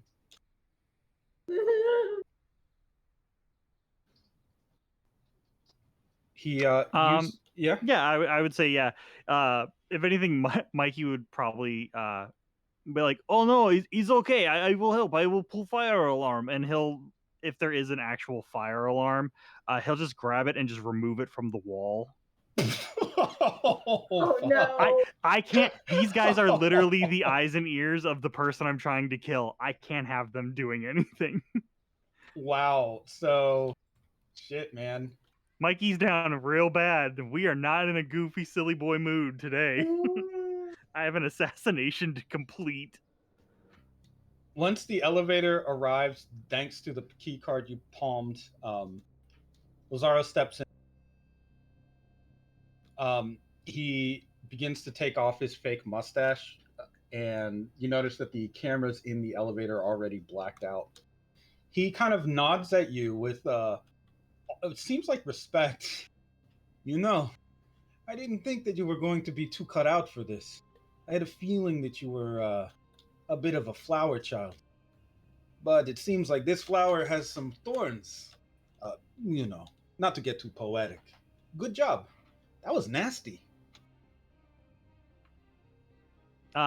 Mikey will just kind of like, cool, thanks. I mean, we just, you know, they're literally the eyes and ears of the guy we're trying to, you know. And he looks at Nikki and just goes, meet. So.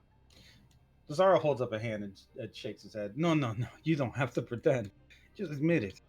It's a little bit fun. I would rather we not keep setting people on fire. Are you sure?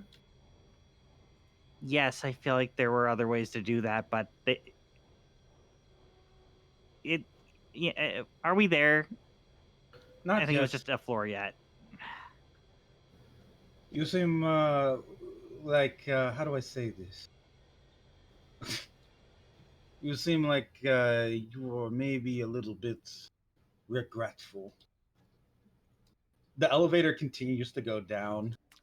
I don't know if regret's the right word, but it's, you know, you do this kind of line of work and you think every day is a weird day, and then you just kind of get used to weird days being weird days, and that kind of becomes your normal. But there's been some, I don't know.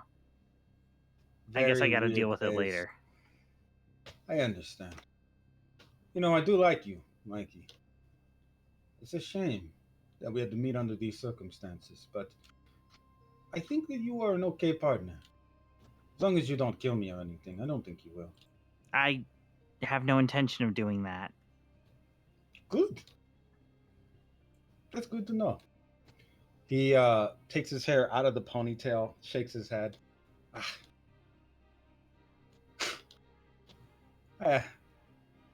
Well, don't lose any sleep. Do you even sleep?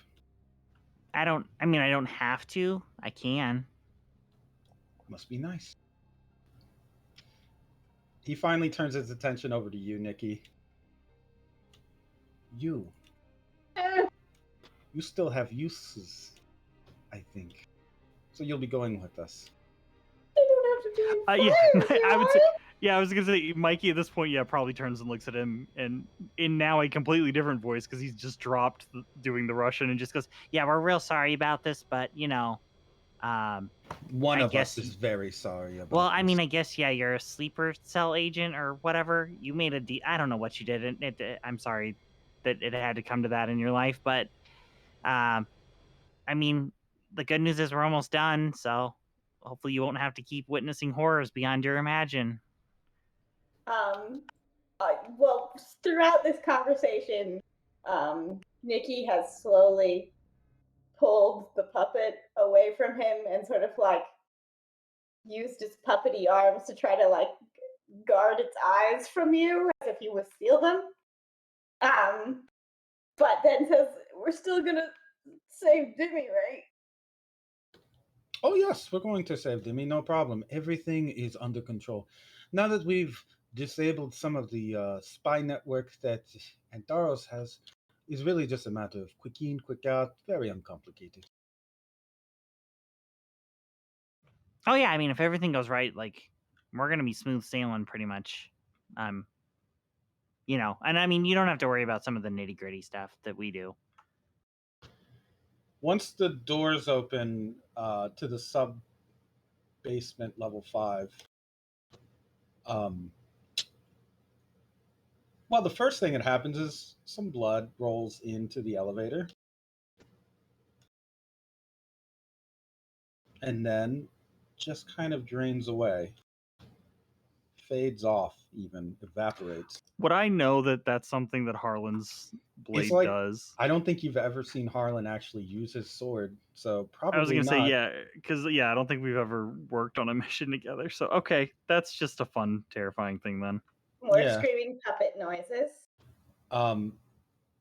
Screaming puppet noises. Yeah. As you step, as the elevator door opens, the first thing you notice is the blood. The second thing you notice is Harlan standing there, staring into the elevator with his sword drawn. He doesn't move. He's just standing there. Mikey will probably, like, at least with his face, quickly become Mikey again. Just go, Harlan, what are you doing here? What does it matter?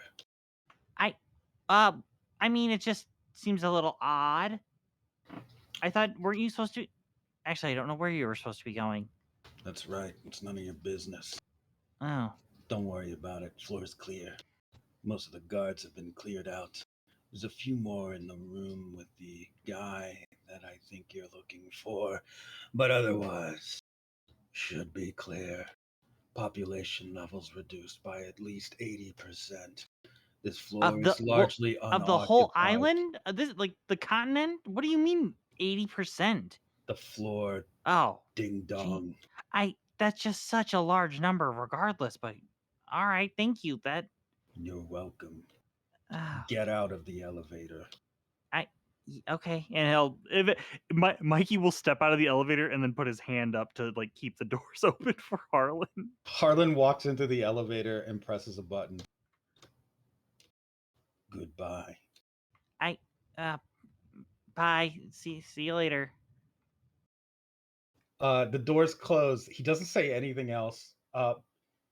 True to Harlan's word, most of the floor seems empty. This is probably not. I'm gonna say it wouldn't be weird, except that you're a forensic guy, and not only is it empty, but if he did kill anybody, there's not a drop of blood anywhere. Have there been murders or investigations we've done where that's been the MO before? Oh, 100%. And has it largely dealt with, like, the vampire or not the vampire? I saw the message. The, like, Valentine clan and other Valentine Seven Clan Nation. and associates, and yeah, Seven Nation Army people have gone missing. Not a drop of blood. Their bodies aren't found. Yeah. Okay. Then yeah, a lot of things click into place for Mikey, and there's just like oh, okay. I guess a lot of those cases can now be closed or dealt Yeah, with. They But- were officially murders. So if he was acting, it was not out of police authority, and it largely wouldn't have been samurai dueling either, because some of them were not. Yeah, because some of them were samurais. just They were just people. yeah, just like shitty people working for, like, mobsters and stuff. Yeah, The thing accountants is, and things like that. yeah, you don't know that they were shitty. They were just people. Yeah, yeah. Yeah, none of the murders made sense until now. That like, oh, Just some murder. So I would say Nikki probably doesn't know much about this floor. No. How are you guys gonna find? I guess you could use travelers. I guess, right? yeah. If we don't know, yeah, Mikey would probably turn and just go, This is way out of your depth, isn't it? to Nikki. Oh, buddy, you have no idea. Okay, perfect. All right then, let's give it a spin. And he will drop all three travelers in three separate directions, like one in front of him, and then probably like 45-degree angles out from him each way, just to go flying around. Yeah. Give me a. What are you gonna do here? Give me a. I guess Wanderlust roll for this. As you're doing the scan, Lazaro hands Nikki a gun, just a regular handgun. You're going to need this. Might as well get comfortable with holding it. You know how to shoot, right? Duh. Well, good. You'll be There's coming now with a us. puppet holding a gun. He casually reaches over and undoes the safety on the gun. There you go. The puppet gives him a thumbs up. It's a very tiny puppet holding this large gun. Yeah, the gun that's way too large for little puppety arms to hold. That's fine, whatever. With a roll of 5, yeah, you are able to. There are quite a few cells in here. Most of them have people in it that don't match the description that you saw of Dima. They look like they are mostly various men and women who are in various states of, well, being beaten, tortured, whatever. The moment Dima in it, he looks pretty much not beaten right now. He looks pretty clean. So you're able to find him rather quickly. And along the way, you do see that at least one cameraman is currently walking around the floor holding what looks like a machine pistol, doing a scan. You can see him putting his hand to his face and scanning around the hallway. He seems to be responding to a lack of answers that are coming from this floor. So either Harlan missed one, or this guy is responding from a different elevator or corner. It's possible that if he gets, at this point, you can tell, by the way, there's like a small red light blinking on the left side of his visor. It's a recording light, so he's transmitting. And you can through travelers. I assume you can hear, right? I don't think we discussed if they can hear, but I mean, probably to some degree. You can usually hear through a stand. Yeah, and communicate. In which case, you can hear him. Maybe it sounds like weird and distorted because of the spinning and how you're traveling underground. Yeah, there's probably like a slight Doppler effect of like hello, Yeah. Just weird. You can hear him saying, "No, guards can't find them. This is strange. Reports say that this place should have been fully staffed. We are gearing up for very high-profile transmission. Continue to run tape. Do live feed. I am looking and searching for these assholes. They are probably out getting drunk. Stand by. We may need to send reinforcements. We don't know what the fuck we're dealing with." He is currently scanning and indicating that there are people on standby to respond to this floor if something is afoot. With his ability to transmit all that visual information kind of across the network of guards, like you thought before, he is the eyes and he's the eyes and ears of this place's security. You're kind of the only one who's aware of him. Lazaro has no idea, obviously, and it's not like Nikki would know. So you have a few options of how you can deal with him if you'd like. You can either try to bypass him, you can try to quietly take him out, but you can try to quietly take him out, but you'd have to do it in a way where he can't see you. You can coordinate something with Lazaro if you want. You have a few options. What would you like to do? Yeah, I think I think Mikey would obviously tell Lazaro what's going on, like where it is, and like what's going on, and that he is currently effectively live streaming to the rest of the prison, or not to the prison, but to the other guards, so that if we're going to do something, we need to figure out what that is.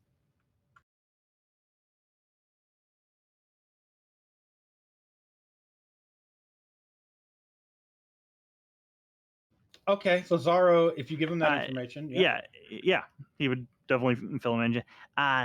It looks like the guard that's watching our guy is kind of feeding it to currently looks, or at least sounds like, every other guard in the building. So I don't know how we're gonna take him out, but uh, you know, I guess we need to do that. Or if we do that, we need to be careful. Oh, I have an idea. Yeah, those guards are not stand users. You're travelers. They can carry things, can't they? Oh, yeah, yeah. Why? What's up? What are we? Would you mind? Oh, Would you mind showing me one? Yeah, he'll probably, since two of them went, not in the direction to find him, he probably will recall them back. He just quickly swipes his hand over one of them, causing it to turn matte black for a second before it fades back to a normal look. Just let him get a look at that. okay. Yeah, I mean, I guess he wouldn't be. Yeah, I get what you're saying. He'll send the second one out, and he'll move the first one a little bit away. Oh, he snaps his fingers.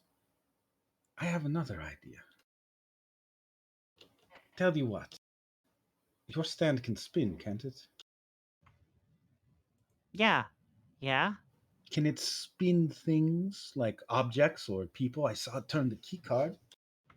Yeah. I mean, if it's kind of in its area, it can do that.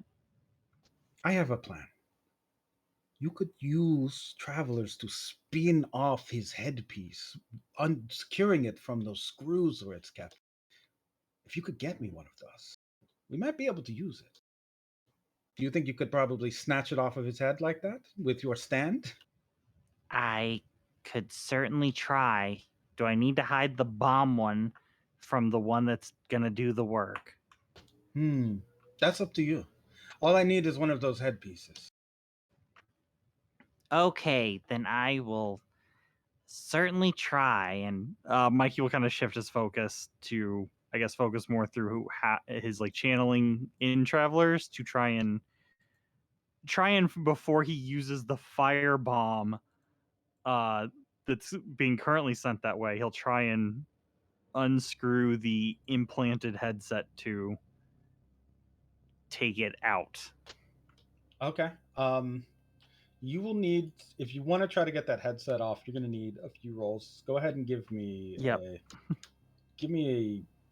let's see, a slick probably is the first one because you need to be able to sneak it onto them. The travelers. I assume you'd use two for this, right?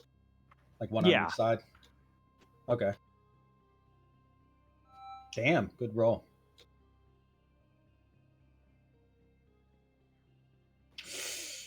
He also rolled very well. Not only that, he is going to invoke that he is on currently high alert. He is a guard, one of the guards of the tower, so that turns his 5 into a 7. He is definitely trying to notice anything weird. So you have to beat a 7. How many fate points you got left? I currently have 2, so You could use them. I will use them. Okay. And let's see. Yeah, I mean, I feel like at this point it makes sense. I'll invoke my motto, know the enemy, and then again, being a crime scene investigator. Or no, actually, you know what? I'll do that, and then I'll invoke being an eye scout, since these people are all about perception and trying to find something wrong. Me knowing that he would be on high alert, I know I need to view things better than him or have a better attention to detail than he would. And I know I can do it. Okay. Again, you get a compulsion here. You can get a fate point back. You could just do this very quickly, but it could be very painful for this guy. You could quickly unscrew those like head bolts, but it's likely going to be like yanking out an implant, which is what it is. It would be much faster and it will get the job done, but there's something about it that really isn't very. It's not nice to do to a guy, even if you were going to kill him. Practically like, well, pulling out someone's tooth. Would you like a fate point back for making this a quick yank on his head bolts? Well, the problem is that I don't have to pay a fate point to overcome it, Oh, you're right. so Well I then. can't. I guess you can't. So, unfortunately, yeah, you get a fate point back. Those bolts are coming out real quick. Yay. Yeah, I think maybe Mikey tries to tell himself that like, oh, maybe I did the spin. I didn't adjust for the spin and I went too fast. Oh, are you trying to? Like he was maybe trying to be more subtle about it, but like his own nerves, like, maybe travelers just spin quicker. Okay. Then that is what happens as the spin occurs. The bolts fly out along with a few, gouts of blood. He screams. The guard. The eyepiece falls off of him and deactivates because it's no longer connected to its power source. Just as he does, he looks forward with like bloodshot eyes that also have like wires connected. Like the wires were connected to the headpiece and they've been yanked out pretty much. So there's like just wires hanging off of his face that look like they go in and behind his eye socket. No, I'm kidding. Now that he's like his eyepiece is disabled, do you finish the job with the firebomb, or do you let him live somehow? Because he can no longer report back without his headpiece on. He could find a phone easily or trigger any alarm, so it's not like he's completely disabled. I think Mikey would just let it go because if he can't, like, obviously there is the chance of him finding something or someone to report to with this, but I think that what Lazaro wanted to do was obviously use that to get a lot of people and not just a guy. And I think that he would probably think that, worst case scenario, he can use that again. You're gonna get another. a You're lot of getting another people. compel. You know this. You know the enemy. You're being compelled by this. This guy will definitely go trigger an alarm. There is no doubt in your mind. If you don't take him out now, he will go and like hit an alarm as quickly as he can. He might even have a secondary device on himself that can do it. These guys, like you, are scouts and they're information people. They're recon people. They wouldn't just put all their eggs in one basket with this headpiece. It's likely they have a backup or contingency plan. Yeah. So you can get a fate point back if you detonate him, or you can pay a fate point and let him live. Which one would you? Oh no. Yeah, morally, this is about your morals here. He's disabled, but he's not out. But he's still a threat. He's still a threat. Is if I were to use this, is Dima set up in such a way where it's possible he could look and also catch fire, since that is No, he's not near Dima's. He's not in Dima's cell. He's like out in one of the hallways around Dima's cell. Okay. Dima's. See, I thought he was in there with Dimas. That's why I was like, if he's in there with him, no, I'm not going to do that, because obviously if you're in a room with nobody, with one guy, and he suddenly catches fire, I'd look at that too, which means I'm also on fire. No, you're fine. It does. It only works with specific viewers. It wouldn't work with everyone that looks at it unless that's the command given to the ability. Okay. So you got Okay. that. You're safe there at least. Oh, you know what? Actually, Mm-hmm. I'm gonna go. I'm gonna go third option. Oh, I have my stuck with you. I can use travelers to make basically a sinkhole and trap him in said sinkhole. oh. Interesting. You're still gonna have to pay a fate point for it. Yeah, I'll pay a fate point to not set him on fire. Okay. Go ahead and give me an understanding roll. A 3. This is a roll to create an advantage, or create an obstacle rather. Let's see. Can he not get trapped in that? I'm gonna say probably will be, but let's just. Yeah, you can hear distantly him trying to blast at where he sees that there's like something happening under his feet with his gun because he doesn't know what he's fighting anymore and can barely see.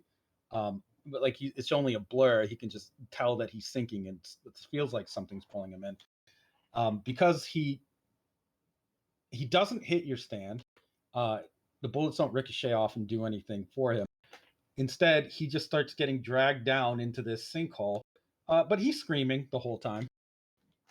Does your stand take people into a floor, like into the floor, I mean, or just sticks them there? It's just I an think it adhesive just slime. sticks him there because I think with like how travelers works is that like they kind of move through it, like kind of like they're incorporeal.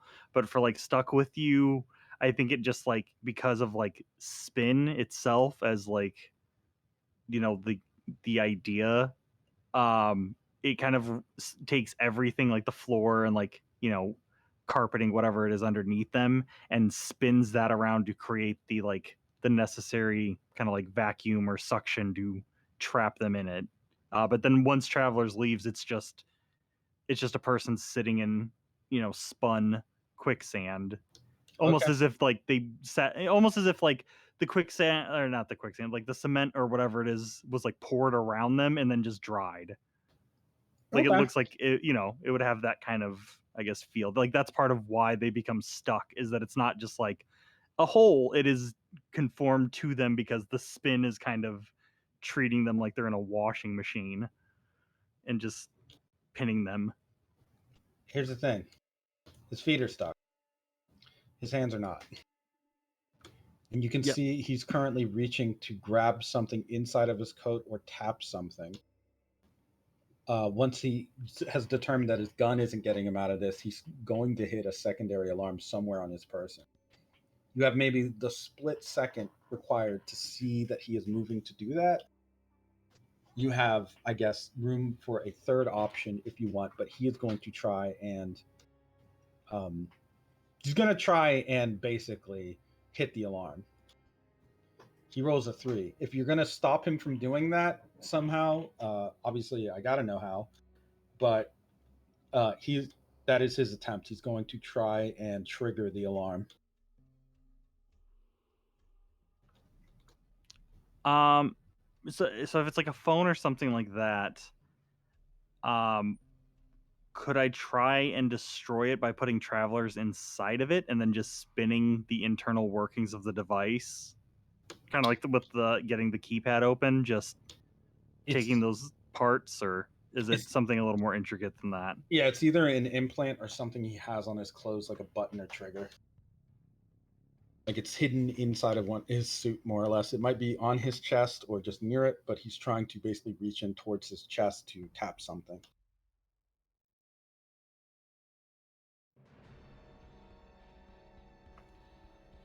Um, then if that's the case, could I fire travelers up through the ground to basically hit where he's going? It won't be. It will hurt this man to do it, but it will either injure him enough that he won't press the button, or it will break the button. Yeah, go ahead and give me a power roll.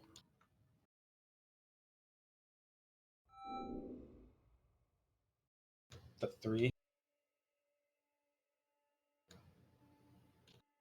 Yeah, he can't stop you from doing that. You rolled the exact same amount that he did, and he can't cope with the getting. What do you do? Are you trying to smash whatever it is, or are you just trying to hit him or hit his hand?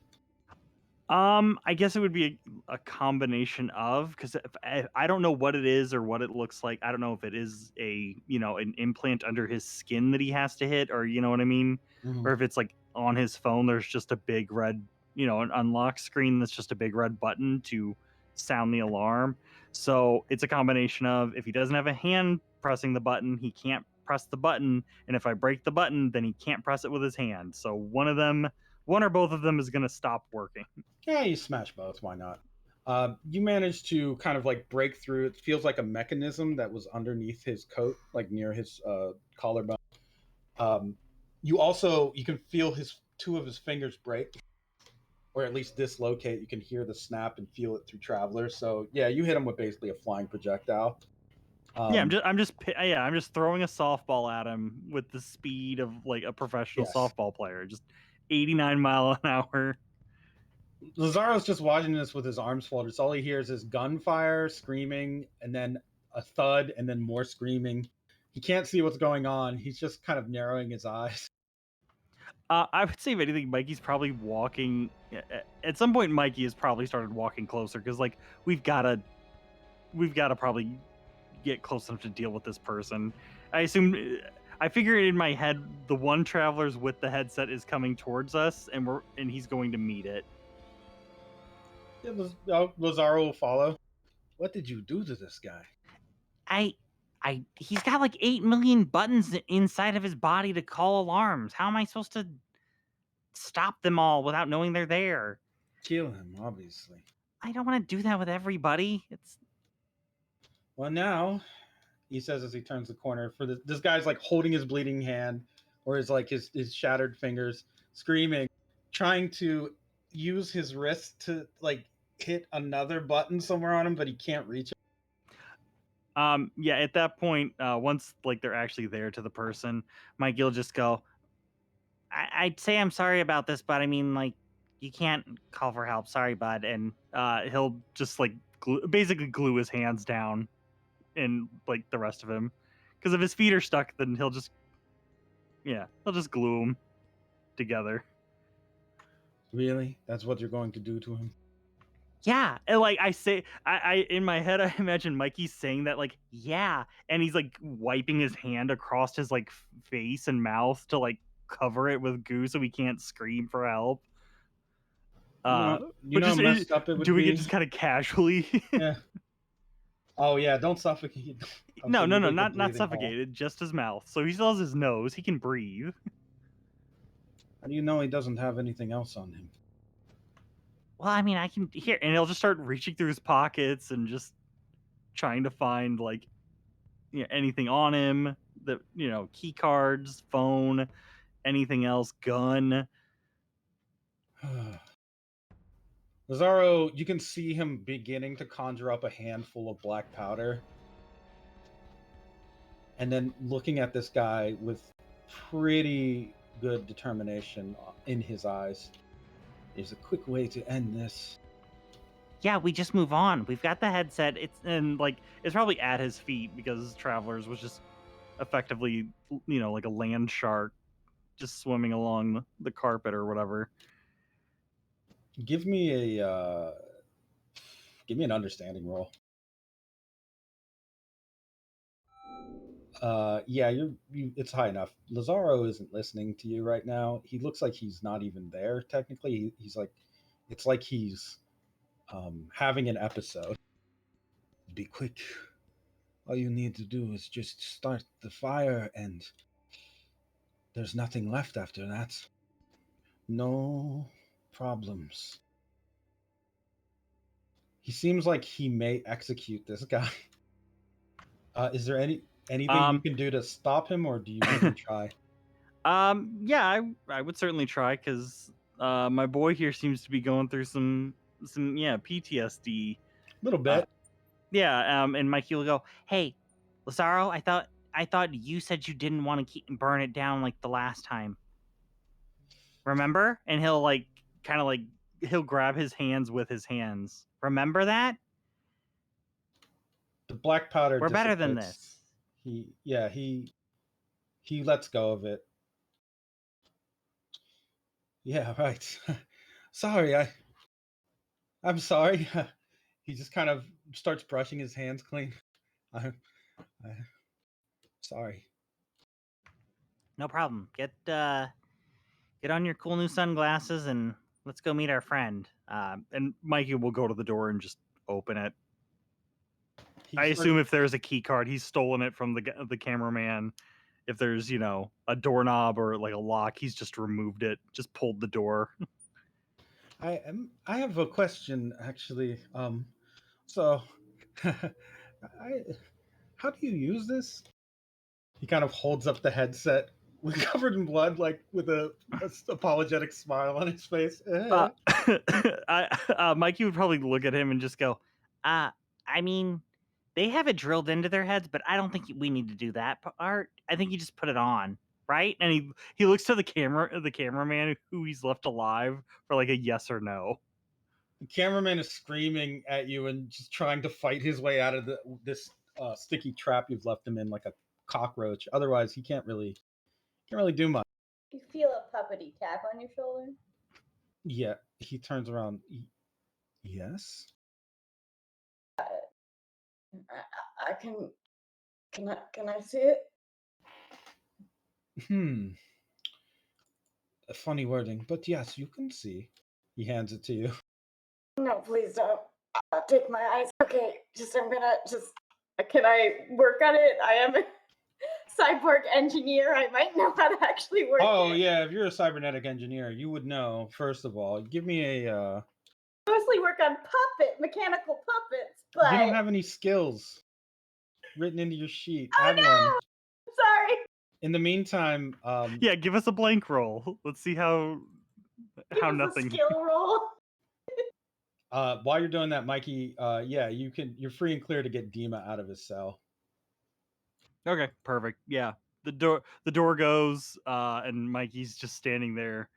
Dima, you just see what looks like a Russian, like soldier who would just be like a normal guard here, except for he has very long, wavy green hair that covers his face.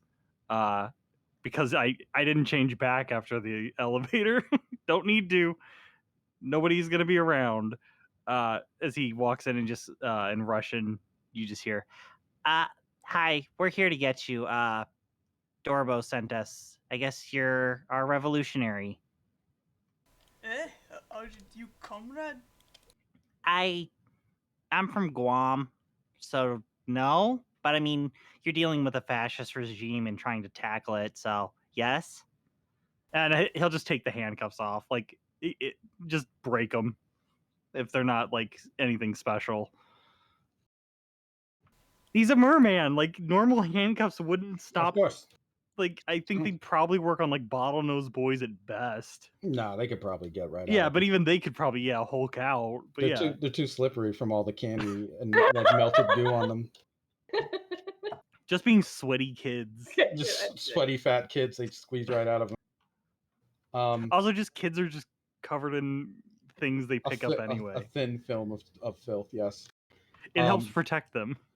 Protective filth. You recall, as you do break these handcuffs, there was a time when a man offered you a very high quality pair of handcuffs that you could use to even capture a robot. He's dead now. Well, he's technically been reabsorbed by his twin post utero, which has never been heard of by the medical community. But I'm sure it's fine. Speaking of which, as you are fixing the headpiece or trying to get it to work, Nikki, you're getting an incoming transmission feed. It looks like a general public feed. What is it? I put it up to my tree body.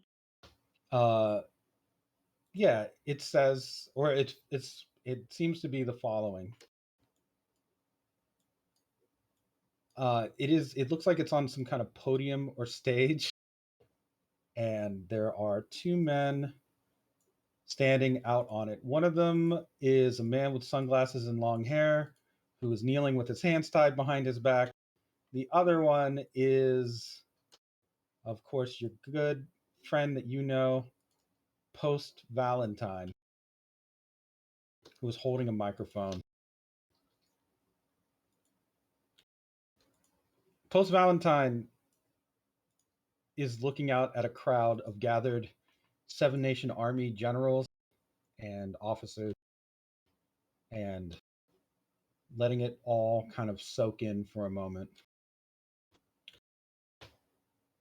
Everybody out there, all you people, it's been really nice over these past few months getting to know who my friends are and who my enemies are.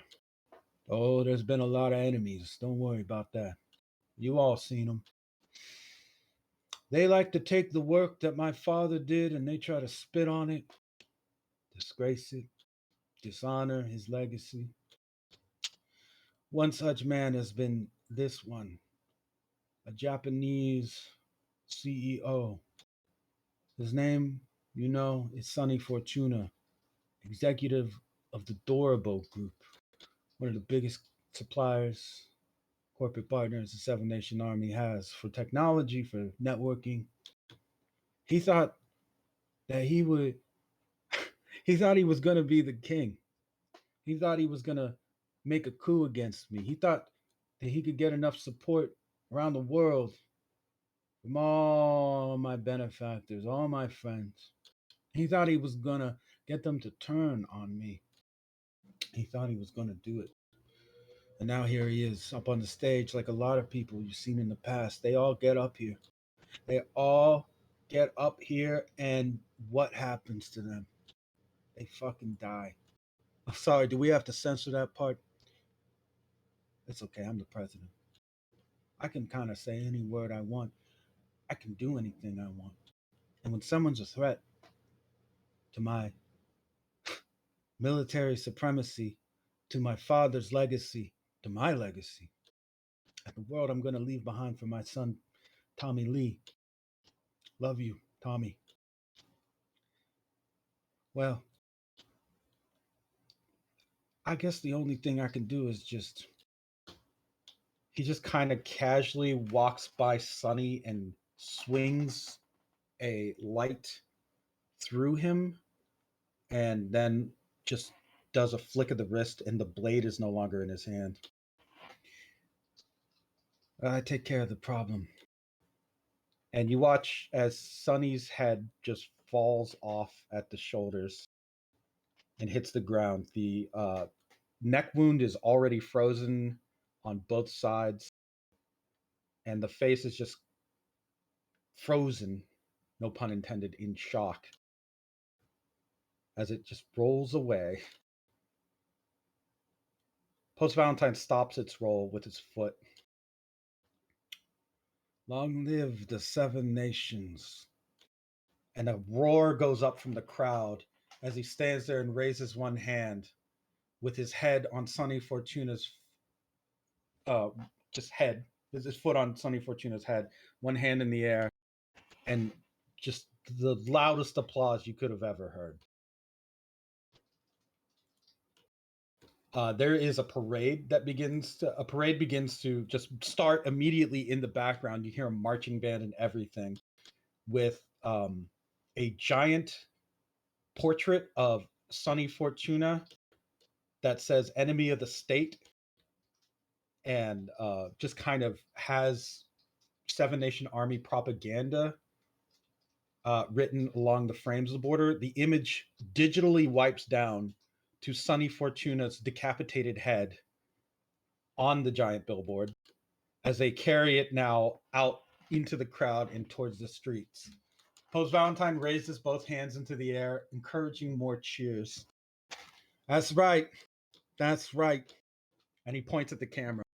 And to all of you who think that you're going to come and take what's mine, this is where you end up. You don't get to write a story about how you were a plucky little hero or someone trying to make good, a second coming of Christ. It doesn't matter. It really doesn't matter at all. You're dead. All my enemies out there, look, Look at where you go. Look at what fate has in store for you. You're next.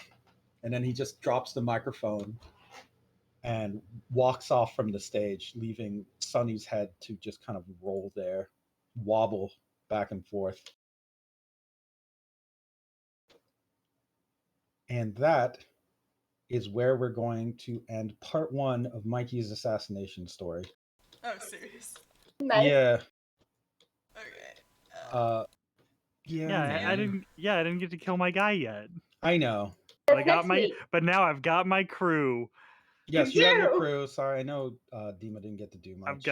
I've got prisoner, puppet, puppeteer, Italian. I've got all my bases covered. Anti-fascist Italian. Anti-fascist Pyromaniac. Italian, anti-fascist Russian, puppet. Who's a puppet twice there? Somewhere in the distance, Harlan is here too. Yeah. Yeah, He's no problem. helping. Yeah, just running around. It's fine. He's having fun. He's going, wee. Wow, this is so great. We could have been talking about how we both drink blood this whole time. He doesn't drink blood, The guys. sword drinks the blood. Sure. So edgy. Their bones are their bodies, but it's also their money. So Harlan's power specifically counterattacks my death condition, so I should be terrified. Probably. Oh. Oh, look at all this